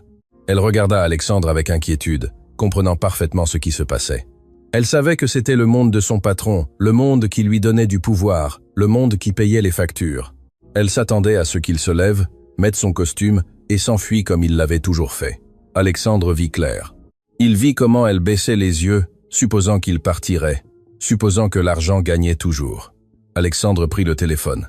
« Étienne, » dit-il avec fermeté, « écoute-moi toi. Mon fils a eu une crise la nuit dernière. Il a failli mourir. Il a besoin de moi. Aujourd'hui, je dois l'aider à prendre son bain. Je dois être là quand il se réveillera pour qu'il n'ait pas peur. Engage une infirmière, » cria Étienne. « Tu es riche pour ça. Paye quelqu'un et viens faire ton travail. » Cette phrase fut le déclencheur. « Paye quelqu'un. » La même logique qui a failli détruire Léo. La même logique qui a amené Isabelle dans leur vie. Alexandre sentit une colère froide lui monter à la gorge, mais il ressentit aussi une libération absolue. « Non, » dit Alexandre. « On ne peut pas payer un père, Étienne. Je démissionne. »« Quoi ? Ce que tu as entendu. Fais la fusion tout seul. Si les Japonais partent, qu'ils partent. Si le conseil veut me virer, qu'il me vire. Vends mes actions si nécessaire. Je m'en fiche. Je ne viendrai pas aujourd'hui, ni demain, ni la semaine prochaine. Mon fils a besoin de moi et je ne changerai pas une minute avec lui contre tout l'argent de la banque. Ne me rappelle plus. » Alexandre raccrocha. Et non seulement il raccrocha. D'un mouvement fluide, il éteignit le téléphone et le fit glisser sur le comptoir jusqu'à ce qu'il heurte doucement la corbeille à fruits, loin de sa portée. Le silence revint dans la cuisine, mais cette fois, ce n'était pas un silence tendu, c'était un silence sacré. Claire le regardait, les yeux écarquillés, tenant le plateau avec des mains tremblantes. Elle avait tout entendu. Elle avait entendu un homme puissant renoncer à son empire pour un enfant brisé. « Monsieur », murmura-t-elle, « c'était 50 millions. » Alexandre se tourna sur le tabouret et la regarda. Il passa sa main dans ses cheveux ébouriffés et sourit. Un sourire fatigué, mais léger, comme s'il avait enlevé une armure de plomb de son corps. « C'est du papier, Claire, ce n'est que du papier vert. Léo, c'est de la chair et du sang. La nuit dernière, quand il m'attrapait la main, j'ai compris qu'il ne sait pas combien j'ai à la banque. Il ne se soucie pas que je sois le PDG ou le jardinier. Il voulait juste que son père ne le lâche pas. Et j'ai failli rater ça en poursuivant des ombres. » Claire posa le plateau sur la table et fit un pas vers lui. La barrière invisible entre patron et employé s'était tellement amincie qu'elle avait presque disparu. Ce qui restait, c'étaient deux êtres humains unis par l'amour d'un tiers. « Vous êtes un homme bon, Alexandre, » dit-elle. Ce fut la première fois qu'elle l'appela par son prénom sans le monsieur devant. Cela lui échappa ou peu. Être était-ce intentionnel. Cela sonna doux, intime. Alexandre sentit une chaleur étrange dans sa poitrine en entendant son prénom sur ses lèvres. Ce n'était pas de l'adulation, c'était de la reconnaissance. « J'essaie de l'être », répondit-il en baissant la voix. « Mais je ne sais rien, Claire. Maintenant, j'ai tout le temps du monde, mais je ne sais pas comment remplir ce temps. J'ai peur que Léo se réveille, et maintenant qu'il n'a plus de drogue dans son corps, il réalise qu'il déteste son père. » Claire secoua la tête et s'approcha un peu plus. Elle posa une main sur la table, près de la sienne, sans la toucher, mais créant un pont d'énergie. La haine ne survit pas là où il y a de l'amour, et vous lui avez montré beaucoup d'amour la nuit dernière. Mais vous avez raison sur quelque chose. Le chemin sera difficile. Léo aura des sautes d'humeur. Il sera triste. Il sera en colère. Vous devez tenir bon. Vous devez être son sac de boxe et son oreiller. « M'aideras-tu » demanda Alexandre. Ce n'était pas un ordre de chef à subordonner. C'était une supplique de compagnon à compagnon. « Je ne peux pas le faire seul. Je ne veux pas le faire seul. J'ai besoin de toi ici et non comme employé. Je ne veux plus que tu nettoies les sols ni que tu laves les toilettes. Je veux que tu sois mon guide avec lui. Je te paierai le triple. Je te donnerai ce que tu voudras. Mais aide-moi à retrouver mon fils. » Claire le regarda profondément. Elle vit la vulnérabilité chez cet homme qui, quelques heures auparavant, semblait intouchable. Elle vit l'honnêteté brutale de son sacrifice. « Je n'ai pas besoin du triple de votre salaire, » dit-elle avec dignité. « Je le ferai parce que j'aime Léo et parce que je crois en vous, mais à une condition. Laquelle ? Dans cette maison, les mensonges sont finis et les distances sont finies. Si nous voulons que cet enfant s'en sorte, nous devons être une équipe. Vous lavez la vaisselle, si je suis occupé avec Léo. Vous cuisinez si je suis fatigué. Ici, nous sommes tous égaux à partir d'aujourd'hui. Vous acceptez ? » Alexandre regarda sa cuisine de luxe, ses mains d'exécutif. Puis il regarda les mains travailleuses de Claire. « J'accepte, » dit-il sans hésiter. « Bien. » Claire sourit, et ce sourire illumina la cuisine plus que le soleil du matin. « Alors, associés, lavez-vous le visage et rasez-vous, car votre fils va bientôt se réveiller et il ne voudra pas être effrayé par un vagabond. Je vais lui apporter le petit déjeuner. Quand vous serez prêts, montez.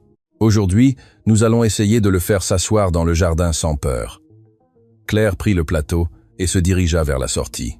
Alexandre la regarda partir, admirant sa force, sa grâce naturelle. Il sentit quelque chose qu'il n'avait pas senti depuis des années.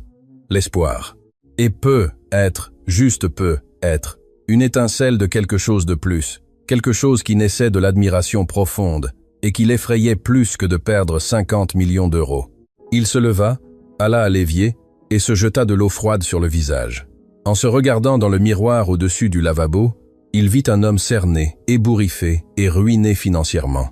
Mais pour la première fois depuis longtemps, il reconnut l'homme qui lui rendait son regard. « Bonjour, papa », se dit-il, et il monta les escaliers pour commencer son véritable travail. L'enfer de la réhabilitation. 3 semaines passèrent. 3 semaines qui parurent 3 siècles. Le manoir, autrefois un mausolée de silence, était devenu un champ de bataille où l'ennemi n'était pas une personne, mais le propre corps de Léo. La désintoxication chimique était passée, mais elle avait révélé la véritable catastrophe, l'atrophie musculaire. Les mois de sédation et l'immobilité forcée par Isabelle avaient laissé les jambes de Léo minces comme des branches sèches, faibles, incapables de soutenir même le poids d'un drap sans trembler. La scène se déroulait dans l'ancienne salle de bal, un espace immense avec des miroirs du sol au plafond qu'Alexandre avait ordonné de vider de ses meubles chers pour le transformer en un gymnase de réhabilitation improvisé. Il n'y avait pas de machine, sophistiquée, seulement des barres parallèles en bois qu'il avait lui-même aidé à installer, ponçant le bois pour qu'il ne blesse pas les mains de son fils. « Je ne peux pas, papa, j'ai mal. » Le cri de Léo rebondit sur les murs, plein de frustration et de larmes. L'enfant était accroché aux barres, les bras tremblants sous l'effort de soutenir son propre poids. Ses jambes, gainées de shorts de sport, pendaient inutilement, traînant la pointe de ses pieds sur le sol. La sueur lui coulait sur le front, se mêlant aux larmes. Alexandre était à genoux devant lui, les mains posées sur les chevilles de son fils, essayant de guider le mouvement. Sa chemise était trempée de sueur, ses cheveux ébouriffés. Il ne ressemblait plus au magnat de la couverture de Forbes, il ressemblait à un homme désespéré luttant contre la gravité. « Si tu peux, Léo », insista Alexandre, la voix rauque. « Juste un pas. Tu dois essayer de bouger le pied droit. Envoie l'ordre depuis ton cerveau. Allez. » « Ça ne répond pas », pleura Léo en lâchant une main et en restant dangereusement accroché à l'autre. « C'est comme si elles étaient mortes. Laisse-moi, je veux m'asseoir.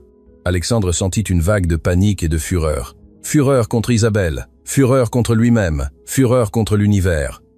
Il frappa le sol du poing. « Tu ne vas pas t'asseoir !» cria Alexandre, perdant patience face à la douleur de voir son fils ainsi. « Si tu t'assieds maintenant, tu resteras assis toute ta vie. Tu dois te battre, Léo. » Léo eut peur du cri. Ses bras cédèrent.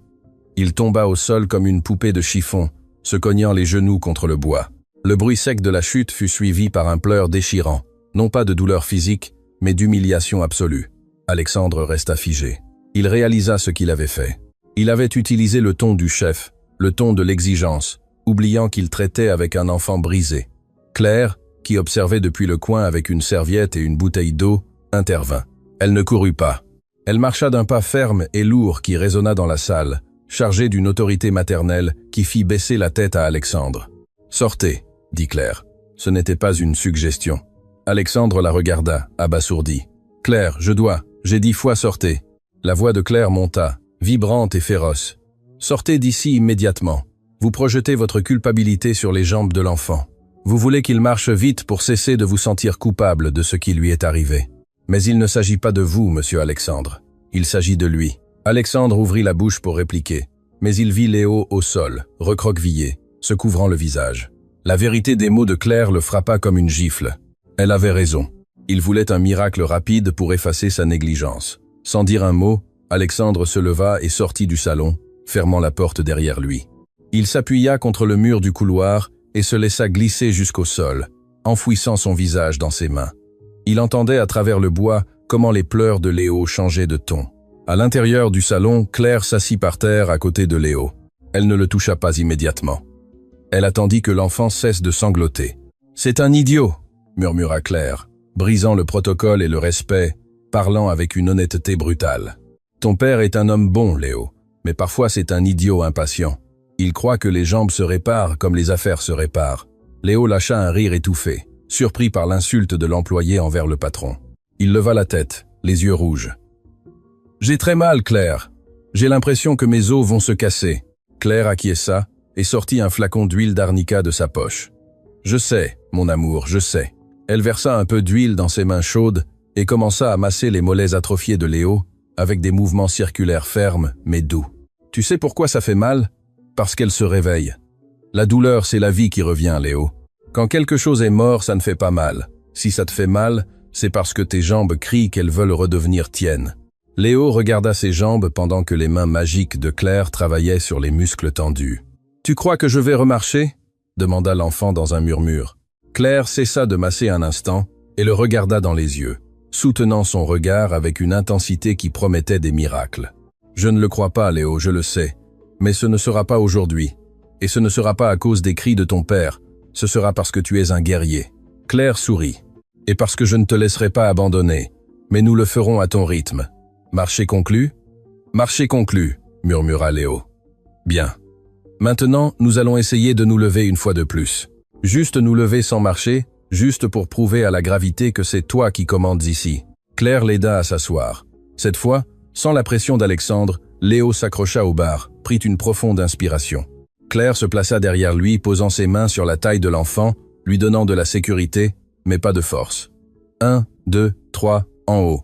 Léo poussa. Ses bras tremblèrent, ses jambes faiblirent, mais il resta debout.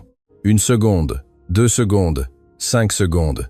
« Regarde » chuchota Claire à l'oreille de Léo. « Tu es debout, mon roi, tu es debout. » Dans le couloir, Alexandre entendit le silence.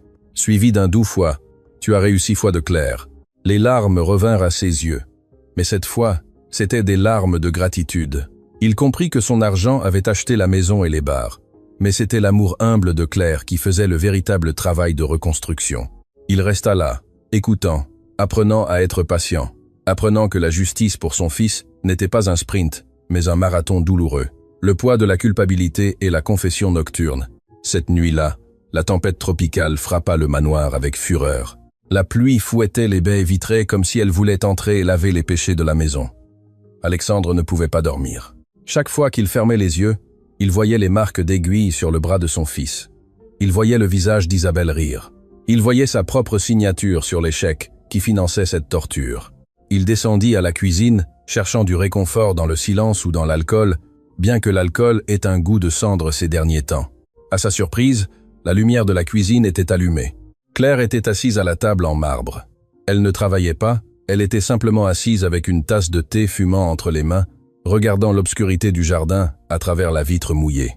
Elle avait les cheveux lâches, et cette vieille robe de chambre qu'Alexandre commençait à reconnaître comme son uniforme d'humanité. Alexandre s'arrêta à l'entrée. Il se sentit intrus. Cette femme avait donné plus à sa famille en un mois que lui en toute sa vie. « Tu n'arrives pas à dormir ?» demanda Alexandre doucement. Claire sursauta légèrement, mais ne se leva pas ni n'adopta la posture rigide de domestique. Elle se tourna et lui offrit un sourire fatigué. « La pluie, dit-elle, me rappelle mon village. Quand il pleuvait comme ça, le toit en tôle de ma maison sonnait comme un orchestre. Ça m'empêchait de dormir, mais j'aimais ça. » Alexandre entra et s'assit en face d'elle. Il ne se servit rien. Il voulait juste être près de son calme. « Je suis désolé pour aujourd'hui, » dit Alexandre en regardant ses mains entrelacées sur la table. « Dans le gymnase, j'ai été stupide. J'ai failli le briser à nouveau. »« Vous avez peur, Alexandre ?» répondit Claire, utilisant son prénom à nouveau avec naturel. « La peur nous fait faire des choses stupides. Vous voyez Léo, et vous voyez votre propre échec, et vous voulez le réparer rapidement pour cesser de vous sentir mal. Mais les blessures de l'âme ne cicatrisent pas à la hâte. » Alexandre leva les yeux. Ses yeux sombres étaient pleins d'une tristesse abyssale. « Comment fais-tu, Claire ?» demanda-t-il d'une voix brisée. « Comment as-tu tant de patience? Comment as-tu tant d'amour à donner à un enfant qui n'est pas le tien? Alors que moi, qui suis son père, je sais à peine lui parler sans tout gâcher. » Claire soupira et prit une gorgée de thé. Elle posa la tasse et regarda Alexandre avec une profondeur qui le désarma. « Parce que moi aussi j'ai une culpabilité, monsieur, une culpabilité qui me ronge vivante tous les jours. » Alexandre fronça les sourcils, confus. « Toi, de quoi pourrais-tu être coupable? Tu es une sainte. » « Je ne suis pas une sainte. » Claire secoua la tête et une ombre de douleur traversa son visage. « Je vous ai dit que j'avais un fils, n'est-ce pas? Il s'appelle Mathieu. Il a 8 ans. La dernière fois que je l'ai vu, il pleurait, accroché à la jupe de ma grand-mère parce que je montais dans le bus pour venir ici. » Claire fit une pause, luttant contre le nœud dans sa gorge. « Je suis venu ici pour lui donner une vie meilleure, pour lui envoyer de l'argent pour ses livres, pour ses chaussures. Mais chaque fois que j'embrasse Léo, chaque fois que je guéris les blessures de Léo, j'ai l'impression de voler cette étreinte à mon propre fils. J'ai l'impression de m'occuper du fils du patron pendant que le mien grandit sans mère. » Une larme solitaire coula sur sa joue. « Alors non, Alexandre, je ne suis pas parfaite. Je m'occupe de Léo avec désespoir parce que c'est la seule façon de me pardonner d'avoir abandonné Mathieu. Quand je sauve Léo, j'ai l'impression de sauver mon fils à distance. » Le silence qui suivit fut dense, chargé d'une intimité douloureuse. Alexandre resta abasourdi. Il avait toujours vu Claire comme la sauveuse, la forte, celle qui n'avait besoin de rien. Il ne s'était jamais arrêté pour penser au coût personnel de son sacrifice. Elle avait laissé son fils pour sauver le sien. Alexandre sentit quelque chose se briser à l'intérieur de sa poitrine. Mais cette fois, ce ne fut pas quelque chose de mauvais. Ce fut le mur final qui séparait leur monde. Il tendit la main par-dessus la table, hésita une seconde, puis couvrit doucement la main de Claire avec la sienne. Sa peau était chaude. « Amène-le » dit Alexandre. Claire leva les yeux, confuse, sans retirer sa main. « Quoi? Amène Mathieu » répéta Alexandre avec fermeté. « Amène-le ici dans cette maison. »« Monsieur, je ne peux pas. Les enfants ne sont pas autorisés ici. »« Et c'est ma maison » l'interrompit Alexandre, serrant doucement sa main. « Et les règles ont changé. Je ne veux plus que tu continues à sacrifier ta famille pour la mienne. Il y a de la place à revendre. Léo a besoin d'un ami. Tu as besoin de ton fils. Et moi, j'ai besoin de cesser d'être le patron qui ne fait que signer des chèques et de commencer à être l'homme qui aide les personnes qui lui sont chères. » Claire le regarda, les yeux écarquillés. Incrédule. « Vous êtes sérieux? Je n'ai jamais été plus sérieux de ma vie. Demain même, nous envoyons le chauffeur le chercher, lui et ta grand-mère. Qu'ils viennent tous, qu'ils remplissent cette maison de bruit, qu'ils mangent à cette table. » Alexandre se pencha en avant, ses yeux brillants d'une détermination féroce. « Tu m'as appris que l'argent ne vaut rien s'il ne sert pas à unir les gens. Laisse-moi utiliser mon maudit argent pour faire quelque chose de bien pour la première fois. Laisse-moi t'amener ton fils. » Claire éclata en sanglots. Ce ne fut pas un pleur triste, mais un pleur de soulagement, d'un fardeau de plusieurs années qui s'évanouissait soudainement. Elle porta sa main libre à sa bouche, sanglotant. « Merci. Merci, Alexandre. » Alexandre ne retira pas sa main. Ils restèrent ainsi, unis par le toucher au milieu de la cuisine silencieuse, tandis que la pluie battait dehors. À cet instant, Alexandre sut qu'il n'y avait plus de retour en arrière. Non seulement il sauvait son fils, mais il construisait une nouvelle famille, une famille étrange et rapiécée, cousue de cicatrices et d'espoir. Et en regardant Claire, les yeux brillants de larmes et de gratitude, Alexandre sentit quelque chose qui l'effrayait plus que la faillite financière. Il sentit qu'il pourrait tomber amoureux d'elle, non pas de la domestique, mais de la femme qui venait de lui sauver la vie pour la deuxième fois cette nuit. « Maintenant, va dormir », murmura-t-il, retirant sa main lentement, sentant la perte du contact. « Demain, nous devons préparer la maison. Mathieu arrive bientôt. Claire acquiesça, se suya les larmes et se leva. » Avant de sortir de la cuisine, elle s'arrêta dans l'encadrement de la porte et se tourna. « Bonne nuit, Alexandre. Reposez-vous bien. » Quand elle disparut dans le couloir, Alexandre resta seul dans la cuisine, mais la maison ne semblait plus vide, elle semblait pleine de promesses. Il se servit un verre d'eau et trinqua en l'air. « Au nouveau départ », dit-il à voix haute. Il savait que le chemin de la réhabilitation de Léo serait long et tortueux. Mais maintenant, il avait une armée et il avait une raison de se battre. Le climax émotionnel, le miracle du ballon. Le jour où Mathieu, le fils de Claire, arriva, le soleil brillait avec une intensité qui semblait se moquer des nerfs de tout le monde dans le manoir. Alexandre avait envoyé son van personnel, le blindé, celui qu'il utilisait habituellement pour les réunions avec les ministres, chercher un enfant de 8 ans et une grand-mère âgée à la gare routière. Léo était sur le porche, assis dans son fauteuil roulant. Il portait un nouveau t-shirt et les cheveux coiffés au gel. Une tentative émouvante de paraître cool devant l'inconnu qui allait arriver. Ses mains, cependant, trahissaient son anxiété. Elle frottait les accoudoirs du fauteuil jusqu'à les faire briller. « Et s'il ne m'aime pas ?» demanda Léo dans un murmure sans regarder Claire. Claire, qui se tenait derrière lui posa une main sur l'épaule. Elle était également nerveuse. Elle portait une simple robe en coton, sans uniforme pour la première fois en présence de visiteurs. « Il va t'aimer, mon amour. Mathieu est un tourbillon. Mais il a le cœur tendre. En plus, il n'a jamais vu une maison aussi grande. Il va probablement penser que tu es le prince d'un château. » Le van noir apparut au virage de l'allée, soulevant un peu de poussière. Le cœur d'Alexandre, qui attendait au pied de l'escalier, fit un bond. Il était sur le point de fusionner deux mondes que la société disait ne pas devoir se toucher. Le véhicule s'arrêta. Le chauffeur ouvrit la porte arrière et de là, une petite boule d'énergie sauta. Mathieu avait la peau brune tannée par le soleil du village, les genoux écorchés et des yeux noirs qui brillaient d'une curiosité insatiable. Derrière lui descendit la grand-mère, une petite femme avec un châle et une dignité silencieuse, portant un panier en osier qui contenait sûrement de la nourriture. Mathieu resta immobile un instant, regardant l'immensité de la façade, les colonnes, les fenêtres géantes. Puis il baissa les yeux et vit Léo. Il n'y eut aucun jugement dans les yeux de l'enfant pauvre. Il n'y eut aucune pitié, il y eut juste une reconnaissance immédiate. « Salut !» cria Mathieu en courant vers la rampe sans attendre personne. « Ma mère dit que tu as des jeux vidéo. C'est vrai ou c'est un mensonge pour que je vienne ?» Léo cligna des yeux, surpris par la franchise. La tension se rompit comme une bulle de savon. « C'est vrai, j'ai la dernière console », répondit Léo, et un sourire timide apparut sur son visage. « Génial. Moi, j'ai apporté mon ballon de foot. Il est vieux, mais il rebondit bien. Tu sais être gardien ?» Le sourire de Léo vacilla. Il regarda ses jambes inutiles. « Je ne peux pas jouer au foot. Je ne marche pas. » Mathieu haussa les épaules comme si le fait était hors de propos. « Bah, tu joues avec tes mains. Moi je tire et toi tu arrêtes. Si tu as des roues, tu es plus rapide, non? C'est comme être un transformeur. » Alexandre, observant la scène, sentit un nœud dans sa gorge. En 30 secondes, cet enfant humble avait normalisé le handicap de son fils avec un naturel qu'aucun thérapeute n'avait réussi en des années. Transformé, pas infirme. « Bienvenue chez vous », dit Alexandre, s'avançant pour saluer la grand-mère, lui prenant la main ridée avec respect. « Madame, c'est un honneur de vous avoir ici. » L'après-midi se transforma en quelque chose que le manoir n'avait jamais vu. Un chaos joyeux, des rires, des cris, le bruit d'un ballon frappant la pelouse parfaite. Alexandre et Claire observaient depuis la terrasse, des verres de limonade à la main. Mais le moment de vérité, le climax qui changerait tout, arriva au crépuscule. Les enfants étaient dans le jardin arrière. Mathieu avait improvisé un but entre deux arbres. Léo était placé comme gardien, déplaçant son fauteuil d'un côté à l'autre avec une nouvelle dextérité, riant aux éclats chaque fois qu'il bloquait un tir de Mathieu. « Voilà le coup de canon !» cria Mathieu, préparant un tir puissant. Il frappa le ballon, mais le calcul échoua.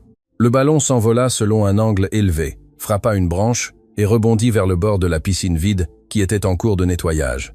Le ballon vacilla sur le bord, sur le point de tomber au fond en béton. « Le ballon !» cria Mathieu, courant pour l'atteindre. Mais Léo était plus proche. Tout se passa au ralenti pour Alexandre. Il vit le ballon sur le bord. Il vit Léo se propulser avec le fauteuil. Il vit le fauteuil se coincer dans une racine qui dépassait de la pelouse. « Merde !» cria Léo frustré. Le ballon commença à rouler vers l'abîme de la piscine. C'était le ballon de Mathieu, son seul ballon, le trésor d'un enfant pauvre. Non. Léo, mu par une adrénaline qui ne venait pas du cerveau mais de l'âme, fit quelque chose d'impensable. Il oublia qu'il ne pouvait pas. Il oublia les diagnostics, il oublia la douleur. Il se propulsa avec ses bras sur les accoudoirs du fauteuil et se lança en avant. « Léo !» cria Alexandre en lâchant son verre de limonade qui se brisa sur le sol. Il fit mine de sauter par-dessus la balustrade de la terrasse pour courir. « Attendez !» Claire l'attrapa par le bras avec une force de fer. Ses ongles s'enfoncèrent dans la peau d'Alexandre. « Regardez-le !» N'y allez pas. Alexandre regarda. Léo n'était pas tombé le visage contre le sol. Ses jambes de fil qui avaient tremblé dans le gymnase, avaient réagi par pur instinct. Ses pieds se plantèrent dans l'herbe, ses genoux se plièrent, tremblèrent violemment, menacèrent de s'effondrer, mais tinrent bon. Léo était debout, seul, sans barre, sans aide, debout sur la pelouse irrégulière. L'enfant fit un pas chancelant, comme un nouveau-né, puis un autre. Il se lança vers le bord de la piscine et attrapa le ballon juste avant qu'il ne tombe. L'effort fut brutal. En ayant le ballon dans les mains, l'équilibre se rompit et Léo tomba assis sur la pelouse. Mais il ne tomba pas comme un malade. Il tomba comme un enfant qui jouait. Le silence qui suivit fut absolu. Mathieu resta bouche bée. Alexandre sentait son cœur éclater. Léo était assis dans l'herbe, serrant le vieux ballon contre sa poitrine. Il regarda ses jambes. Puis il regarda vers la terrasse, où son père et Claire étaient figés. « Je l'ai attrapé !» cria Léo.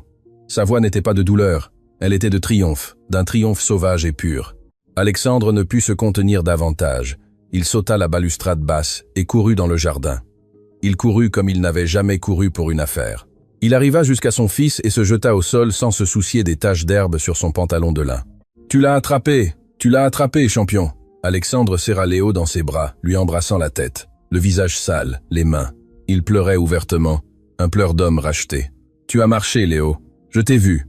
Tu as fait 2 pas. »« C'était 3, papa, » corrigea Léo en riant et en pleurant en même temps. « C'était 3. » Claire arriva quelques secondes après avec Mathieu et la grand-mère. Elle s'agenouilla à côté d'eux. Elle ne dit rien. Elle posa juste sa main sur les genoux de Léo et serra, confirmant le miracle. Ses yeux rencontrèrent ceux d'Alexandre par-dessus la tête de l'enfant. Dans ce regard, il y eut un échange électrique. Ils n'étaient plus patrons et employés. Ils étaient 2 parents célébrant la vie. La barrière sociale s'était définitivement pulvérisée sous le poids de ces 3 pas. « Ce n'est que le début », murmura Claire, la voix brisée par l'émotion. « Maintenant oui, tenez-vous bien, monsieur Alexandre, car cet enfant va vouloir courir. » Alexandre regarda son fils, sale, en sueur et heureux, entouré de sa nouvelle famille improvisée. Il sentit une paix que l'argent ne lui avait jamais donnée. « Qu'il court, » dit Alexandre, « qu'il vole. Je serai là pour le rattraper s'il tombe. » La transformation, le dîner de la vérité. Ce soir-là, au crépuscule, le manoir était tranquille. La fête de célébration de la course était terminée. Une fête de pizza et de jeux vidéo qui laissa le salon dans un désordre joyeux. Alexandre sortit dans le jardin, le même jardin où tout avait commencé. Les glycines étaient toujours là, vibrantes, roses, témoins muets de la tragédie et de la résurrection. Mais l'air n'était plus lourd. Claire était assise sur un banc de pierre, lisant un livre. Elle avait commencé à prendre des cours du soir pour terminer ses études secondaires, quelque chose qu'Alexandre encourageait avec une fierté démesurée. Il s'approcha et s'assit à côté d'elle. Elle ferma le livre et lui sourit, un sourire qui atteignait ses yeux, libre d'ombre. « À quoi penses-tu » demanda-t-elle. Alexandre regarda vers la maison. À travers la fenêtre éclairée de la cuisine, on voyait la grand-mère enseigner à Léo et à Mathieu à pétrir du pain. Léo était debout, appuyé sur la table, riant tandis que Mathieu lui remplissait le visage de farine. « Je pense que j'ai failli tout perdre », dit Alexandre. « Si tu n'avais pas crié ce jour-là, si tu n'avais pas eu le courage de m'affronter, je serais toujours un homme riche et misérable, marié à un mensonge, avec un fils sédaté dans une chambre noire. » Alexandre se glissa du banc et mit un genou dans la terre. ignorant que c'étaient ses bons pantalons. Claire porta ses mains à sa bouche, surprise. « Alexandre, lève-toi. Tu vas te salir. »« Je m'en fiche, » dit-il en lui prenant les mains. « Claire, je n'ai pas de bague en diamant en ce moment. Je pourrais en acheter une demain, la plus grande de la bijouterie. Mais je sens que ça ne va pas avec toi, que ça appartient au vieil Alexandre. » Il mit la main dans sa poche et sortit quelque chose. Ce n'était pas un bijou, c'était le gant en caoutchouc jaune, le même gant qu'il lui avait arraché avec mépris le jour du conflit, et qu'il avait récupéré de la poubelle cette même nuit comme rappel de son erreur. Il l'avait gardé tout ce temps. Claire regarda le gant vieux et froissé, puis regarda Alexandre. Elle comprit le symbole. Elle comprit qu'il lui offrait son repentir éternel et sa dévotion absolue. Ce gant représente le moment où j'ai failli détruire ma vie et le moment où tu l'as sauvé, dit Alexandre d'une voix tremblante. Je veux que tu m'épouses, Claire. Non pas pour que tu sois la maîtresse de maison, car tu l'es déjà, mais pour que tu sois ma compagne, mon égale, ma boussole. Je veux que mes enfants, car Mathieu est aussi mon fils maintenant, voient que l'amour véritable ne regarde ni les classes sociales, ni les passés, ni les comptes en banque. Claire prit une profonde inspiration. Elle savait que ce qu'il allait dire briserait toutes les règles de son cercle social. Elle savait que ses amis du club de golf se moqueraient, et elle s'en fichait. « Alexandre, » murmura-t-elle, « je suis une femme de village. Je ne sais pas utiliser les petites fourchettes. Je ne sais pas parler de politique. Tes amis vont se moquer de toi. »« Qu'ils se moquent, » dit Alexandre en s'approchant d'un pas de plus, envahissant son espace personnel avec délicatesse. « Qu'ils rient jusqu'à s'étouffer.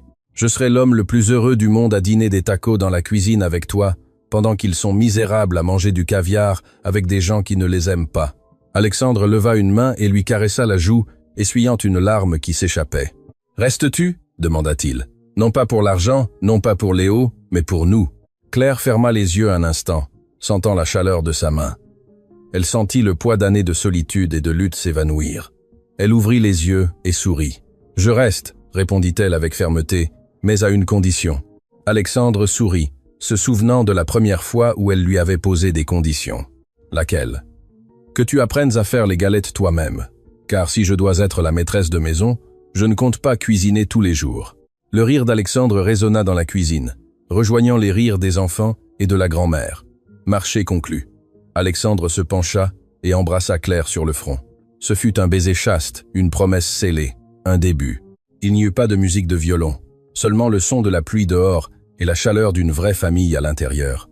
Léo regarda Mathieu et lui donna un coup de coude. « Je t'ai dit que mon père était bizarre », murmura Léo en souriant. « Les adultes sont bizarres », conclut Mathieu en prenant un autre taco, « mais ils cuisinent bien. » La scène se figea là, un tableau imparfait, désordonné et merveilleusement humain. Le magnat aux pieds nus, la nettoyeuse reine, l'enfant qui marchait et l'enfant qui rêvait, tous sous le même toit, protégés non par des murs de sécurité, mais par la loyauté. La rédemption d'Alexandre était complète, non pas parce qu'il avait retrouvé sa fortune, mais parce qu'il avait appris que la seule richesse qu'on ne peut pas voler est celle qui s'assied à votre table un mardi soir. Le jugement, le temps est la véritable richesse. Scène 1, le dernier adieu au passé, tribunaux. 3 mois après la nuit de la tempête, l'air dans la salle d'audience était vicié, chargé de cette électricité statique que seule la justice produit lorsqu'elle est sur le point de tomber comme un maillet. Il n'y avait pas de marbre à admirer ici, ni de luxe, seulement des murs gris et des visages sérieux. Alexandre était assis au premier rang. À côté de lui, Claire, non pas comme son employé, mais comme sa partenaire. Bien qu'ils n'aient pas encore mis d'étiquette formelle sur ce qu'ils avaient, elle portait un tailleur simple, de couleur crème, et ses mains qui avaient récuré des sols, entremêlaient maintenant ses doigts avec les mains de l'homme d'affaires le plus puissant de la ville. Elle était nerveuse, ses paumes transpiraient, mais Alexandre lui serrait la main chaque fois qu'elle tremblait, lui transmettant une force silencieuse. Sur le banc des accusés, Isabelle apparaissait comme l'ombre de ce qu'elle fut. Sans ses stylistes, sans ses bijoux et sans son arrogance, elle était une femme petite et amère. La combinaison orange du système pénitentiaire lui allait grand. Une ironie visuelle de la façon dont sa propre cupidité l'avait dépassée. Le juge, un homme âgé avec un regard de faucon, frappa le maillet. Le bruit sec résonna comme un coup de feu, mettant fin au murmure. « Isabelle Dubois », dit le juge d'une voix monocorde, « vous êtes reconnue coupable des chefs d'accusation de maltraitance d'enfants aggravés, d'administration de substances contrôlées à un mineur et de fraude domestique. » Isabelle leva la tête. Elle chercha le regard d'Alexandre. Elle ne cherchait pas le pardon, elle cherchait la validation. Elle voulait voir de la douleur en lui. Elle voulait voir qu'il s'ennuyait d'elle, que sa vie s'était effondrée sans elle. Mais ce qu'elle trouva la détruisit plus que la sentence. Alexandre la regardait avec un calme absolu. Il n'y avait pas de haine, pas de rage. Il y avait quelque chose de pire, l'indifférence. Il la regardait comme on regarde un étranger que l'on a croisé dans la circulation il y a des années. Elle n'avait plus de pouvoir sur lui. Vous êtes condamné à 15 ans de prison ferme, sans possibilité de libération conditionnelle avant les 10 premières années, dicta le juge. Isabelle cria. Ce fut un son aigu, laid. Elle se leva d'un bond, essayant de se jeter vers la barre qui la séparait du public. Les gardiens la retinrent immédiatement. « Alexandre » cria-t-elle, le visage décomposé. « Tu ne peux pas me faire ça. J'ai tout fait pour toi pour que tu aies une maison tranquille. Dis-leur d'arrêter. Je suis ta femme. » Alexandre ne bougea pas. Claire se recroquevilla instinctivement un peu, effrayée par la violence des cris. Alexandre lâcha la main de Claire, un instant juste, pour lui passer le bras autour des épaules et l'attirer vers lui, la protégeant. « Tu n'es plus rien, Isabelle », murmura Alexandre pour lui-même, si bas que seule Claire put l'entendre. « Tu n'es qu'un souvenir de quand j'étais aveugle. » Ils emmenèrent Isabelle en la traînant, donnant des coups de pied et maudissant, promettant des vengeances qu'elle ne pourrait jamais accomplir. Quand les doubles portes se refermèrent derrière elle, le silence qui resta dans la salle fut d'une paix purificatrice.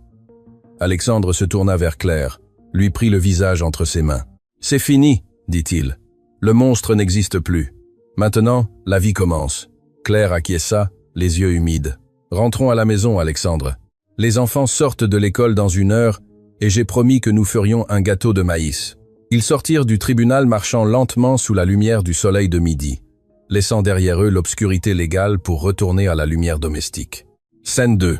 La course de la vie. 1 an plus tard, le terrain de sport de l'école privée était rempli de parents criant, de caméras de téléphone enregistrant et d'enfants courant avec des maillots de couleurs vives. C'était le jour des Olympiades scolaires. 1 an auparavant, Alexandre aurait envoyé son assistante enregistrer l'événement pour le regarder plus tard ou jamais.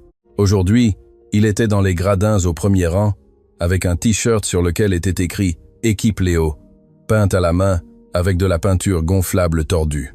À côté de lui, la grand-mère de Claire distribuait des crêpes clandestines à d'autres mères de la haute société qui les acceptaient enchantées, ayant oublié leur régime strict face au goût fait maison. Claire était debout, criant des instructions tactiques comme si elle était une entraîneuse professionnelle. « Mathieu, ne t'avance pas trop, attends-le » criait-elle. Sur la piste d'athlétisme, la course de 100 mètres était sur le point de commencer. Mathieu était dans le couloir 3, agile, rapide, une gazelle naturelle. Dans le couloir 4 se trouvait Léo. Léo ne portait pas de fauteuil roulant. Il portait des orthèses légères sur ses mollets, en fibre de carbone, presque invisibles sous son pantalon de sport. Il avait pris du poids, du muscle et de la couleur. Il n'était plus l'enfant transparent d'il y a 1 an. Il avait des cicatrices dans l'âme, oui, mais il avait aussi du feu dans les yeux. « Abos Marques » cria l'arbitre. Alexandre retint son souffle. Il sentit la main de Claire chercher la sienne et la serrer jusqu'à couper la circulation. « Prêt, partez !» Le coup de pistolet retentit. Les enfants s'élancèrent. Mathieu partit en premier, rapide comme le vent, mais à 10 mètres. Il fit quelque chose qu'aucun athlète olympique ne ferait. Il freina, regarda derrière lui. Léo avait eu un départ lent. Ses jambes ne répondaient toujours pas à la vitesse de l'éclair, mais elles répondaient. Il courait avec un trot irrégulier, boitant légèrement, balançant fortement ses bras pour compenser l'équilibre. Il était dernier, loin derrière le groupe principal. Le public garda le silence. C'était un moment inconfortable, pour beaucoup de voir l'enfant handicapé essayer de concourir. Mais alors Léo trébucha. Ce fut à 30 mètres. Son pied gauche s'accrocha. Il tomba à genoux sur la piste d'argile rouge. Le coup s'entendit jusqu'au gradin. « Léo !» cria Alexandre, se levant d'un bond, prêt à envahir la piste à nouveau. Claire l'arrêta, cette fois non par la force, mais par une voix douce. « Attendez, regardez-le. » Sur la piste, Léo ne pleura pas. Il serra les dents. Il avait les genoux écorchés, saignant un peu. Il aurait pu rester là. Il aurait pu attendre que les ambulanciers viennent avec la civière, retrouvant son rôle de victime. Mais Léo leva les yeux et vit Mathieu. Mathieu n'avait pas continué à courir. Mathieu était revenu et se tenait à 2 mètres de lui tendant la main. « Lève-toi, frère !» cria Mathieu. « Nous n'avons pas encore franchi la ligne d'arrivée. » Léo frappa le sol avec rage, s'essuya la sueur du front, et, rejetant la main de Mathieu, se propulsa tout seul. Il se leva, chancelant, sale, blessé, mais debout. « Je peux le faire !» cria Léo, et il recommença à courir. Il ne gagna pas la course. Il arriva dernier, presque une minute après le vainqueur. Mais quand Léo franchit la ligne d'arrivée avec Mathieu courant à ses côtés sans le dépasser, le stade explosa. Ce n'étaient pas des applaudissements de pitié, c'était une ovation assourdissante, sincère, viscérale. Les parents riches, les enseignants, les autres enfants, tous étaient debout. Alexandre pleurait sans honte, des larmes mouillant son t-shirt équipe Léo. Il regarda son fils qui levait les bras au ciel, comme s'il avait gagné l'or mondial. À cet instant, Alexandre comprit que le succès n'était pas d'arriver premier. Le succès était d'avoir la force de se relever quand tout le monde s'attend à ce que vous restiez au sol. Claire l'étreignit par la taille, cachant sa propre émotion dans sa poitrine. « Nous l'avons fait, Alexandre !» sanglota-t-elle. « Nous l'avons fait. »« Non !» corrigea-t-il en embrassant ses cheveux. « Il l'a fait. Nous lui avons juste donné les chaussures. » Scène 3. Le jardin des Glycines. La clôture. Cet après-midi-là, au crépuscule, le manoir était calme. La fête de célébration de la course était terminée. Une fête de pizza et de jeux vidéo qui laissa le salon dans un joyeux désordre. Alexandre sortit dans le jardin. Le même jardin où tout avait commencé. Les Glycines étaient toujours là, vibrantes, roses, témoins muets de la tragédie et de la résurrection, mais l'air n'était plus lourd. Claire était assise sur un banc de pierre, lisant un livre. Elle avait commencé à prendre des cours du soir pour terminer ses études secondaires, quelque chose qu'Alexandre encourageait avec une fierté démesurée. Il s'approcha et s'assit à côté d'elle. Elle ferma le livre et lui sourit, un sourire qui atteignait les yeux, libre d'ombre. « À quoi penses-tu » demanda-t-elle. Alexandre regarda vers la maison. À travers la fenêtre éclairée de la cuisine, on voyait la grand-mère enseigner à Léo et à Mathieu à pétrir du pain. Léo était debout, appuyé sur la table, riant tandis que Mathieu lui remplissait le visage de farine. « Je pense que j'ai failli tout perdre » dit Alexandre. « Si tu n'avais pas crié ce jour-là, si tu n'avais pas eu le courage de m'affronter, je serais toujours un homme riche et misérable, marié à un mensonge, avec un fils sédaté dans une chambre sombre. » Alexandre se glissa du banc et mit un genou dans la terre, ignorant que c'étaient ses bons pantalons. Claire porta ses mains à sa bouche, surprise. « Alexandre, lève-toi, tu vas te salir. »« Je m'en fiche, » dit-il en lui prenant les mains. « Claire, je n'ai pas de bague en diamant en ce moment. Je pourrais en acheter une demain, la plus grande de la bijouterie. Mais je sens que ça ne va pas avec toi, que ça appartient au vieil Alexandre. » Il mit la main dans sa poche et sortit quelque chose. Ce n'était pas un bijou, c'était le gant en caoutchouc jaune, le même gant qu'il lui avait arraché avec mépris le jour du conflit et qu'il avait récupéré de la poubelle cette même nuit comme rappel de son erreur. Il l'avait gardé tout ce temps. Claire regarda le gant vieux et froissé, puis regarda Alexandre. Elle comprit le symbole. Elle comprit qu'il lui offrait son repentir éternel et sa dévotion absolue. « Ce gant représente le moment où j'ai failli détruire ma vie et le moment où tu l'as sauvé, » dit Alexandre, la voix tremblante. « Je veux que tu te maries avec moi, Claire, non pas pour que tu sois la maîtresse de maison, car tu l'es déjà, mais pour que tu sois ma compagne, mon égale, ma boussole. Je veux que mes enfants, car Mathieu est aussi mon fils maintenant, voient que l'amour véritable ne regarde ni les classes sociales, ni les passés, ni les comptes en banque. » Claire prit le gant. Ses doigts parcoururent le caoutchouc froid. Elle pleurait, mais elle souriait avec une lumière qui éclipsait le soleil couchant. « J'accepte, » dit-elle d'une voix ferme. « J'accepte l'homme qui sait demander pardon à genoux. J'accepte le père qui a appris à aimer, et j'accepte le fou qui garde des ordures comme un trésor. » Alexandre se leva et l'embrassa. Ce fut un baiser profond, lent, scellant un pacte entre deux mondes qui se sont heurtés pour en créer un nouveau, plus fort, plus réel. De la fenêtre de la cuisine, 3 visages regardaient, la grand-mère, Léo et Mathieu. « Ils s'embrassent !» s'exclama Mathieu avec une grimace de dégoût enfantin.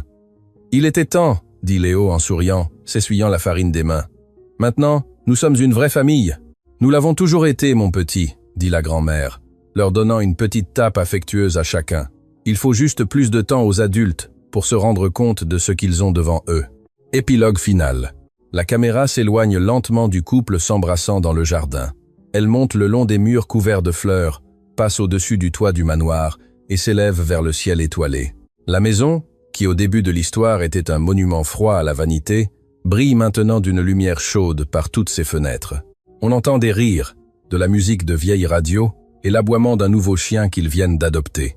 Sur l'écran noir, avant le générique, apparaît une phrase simple. Le sang fait la parenté, mais la loyauté fait la famille. Fin.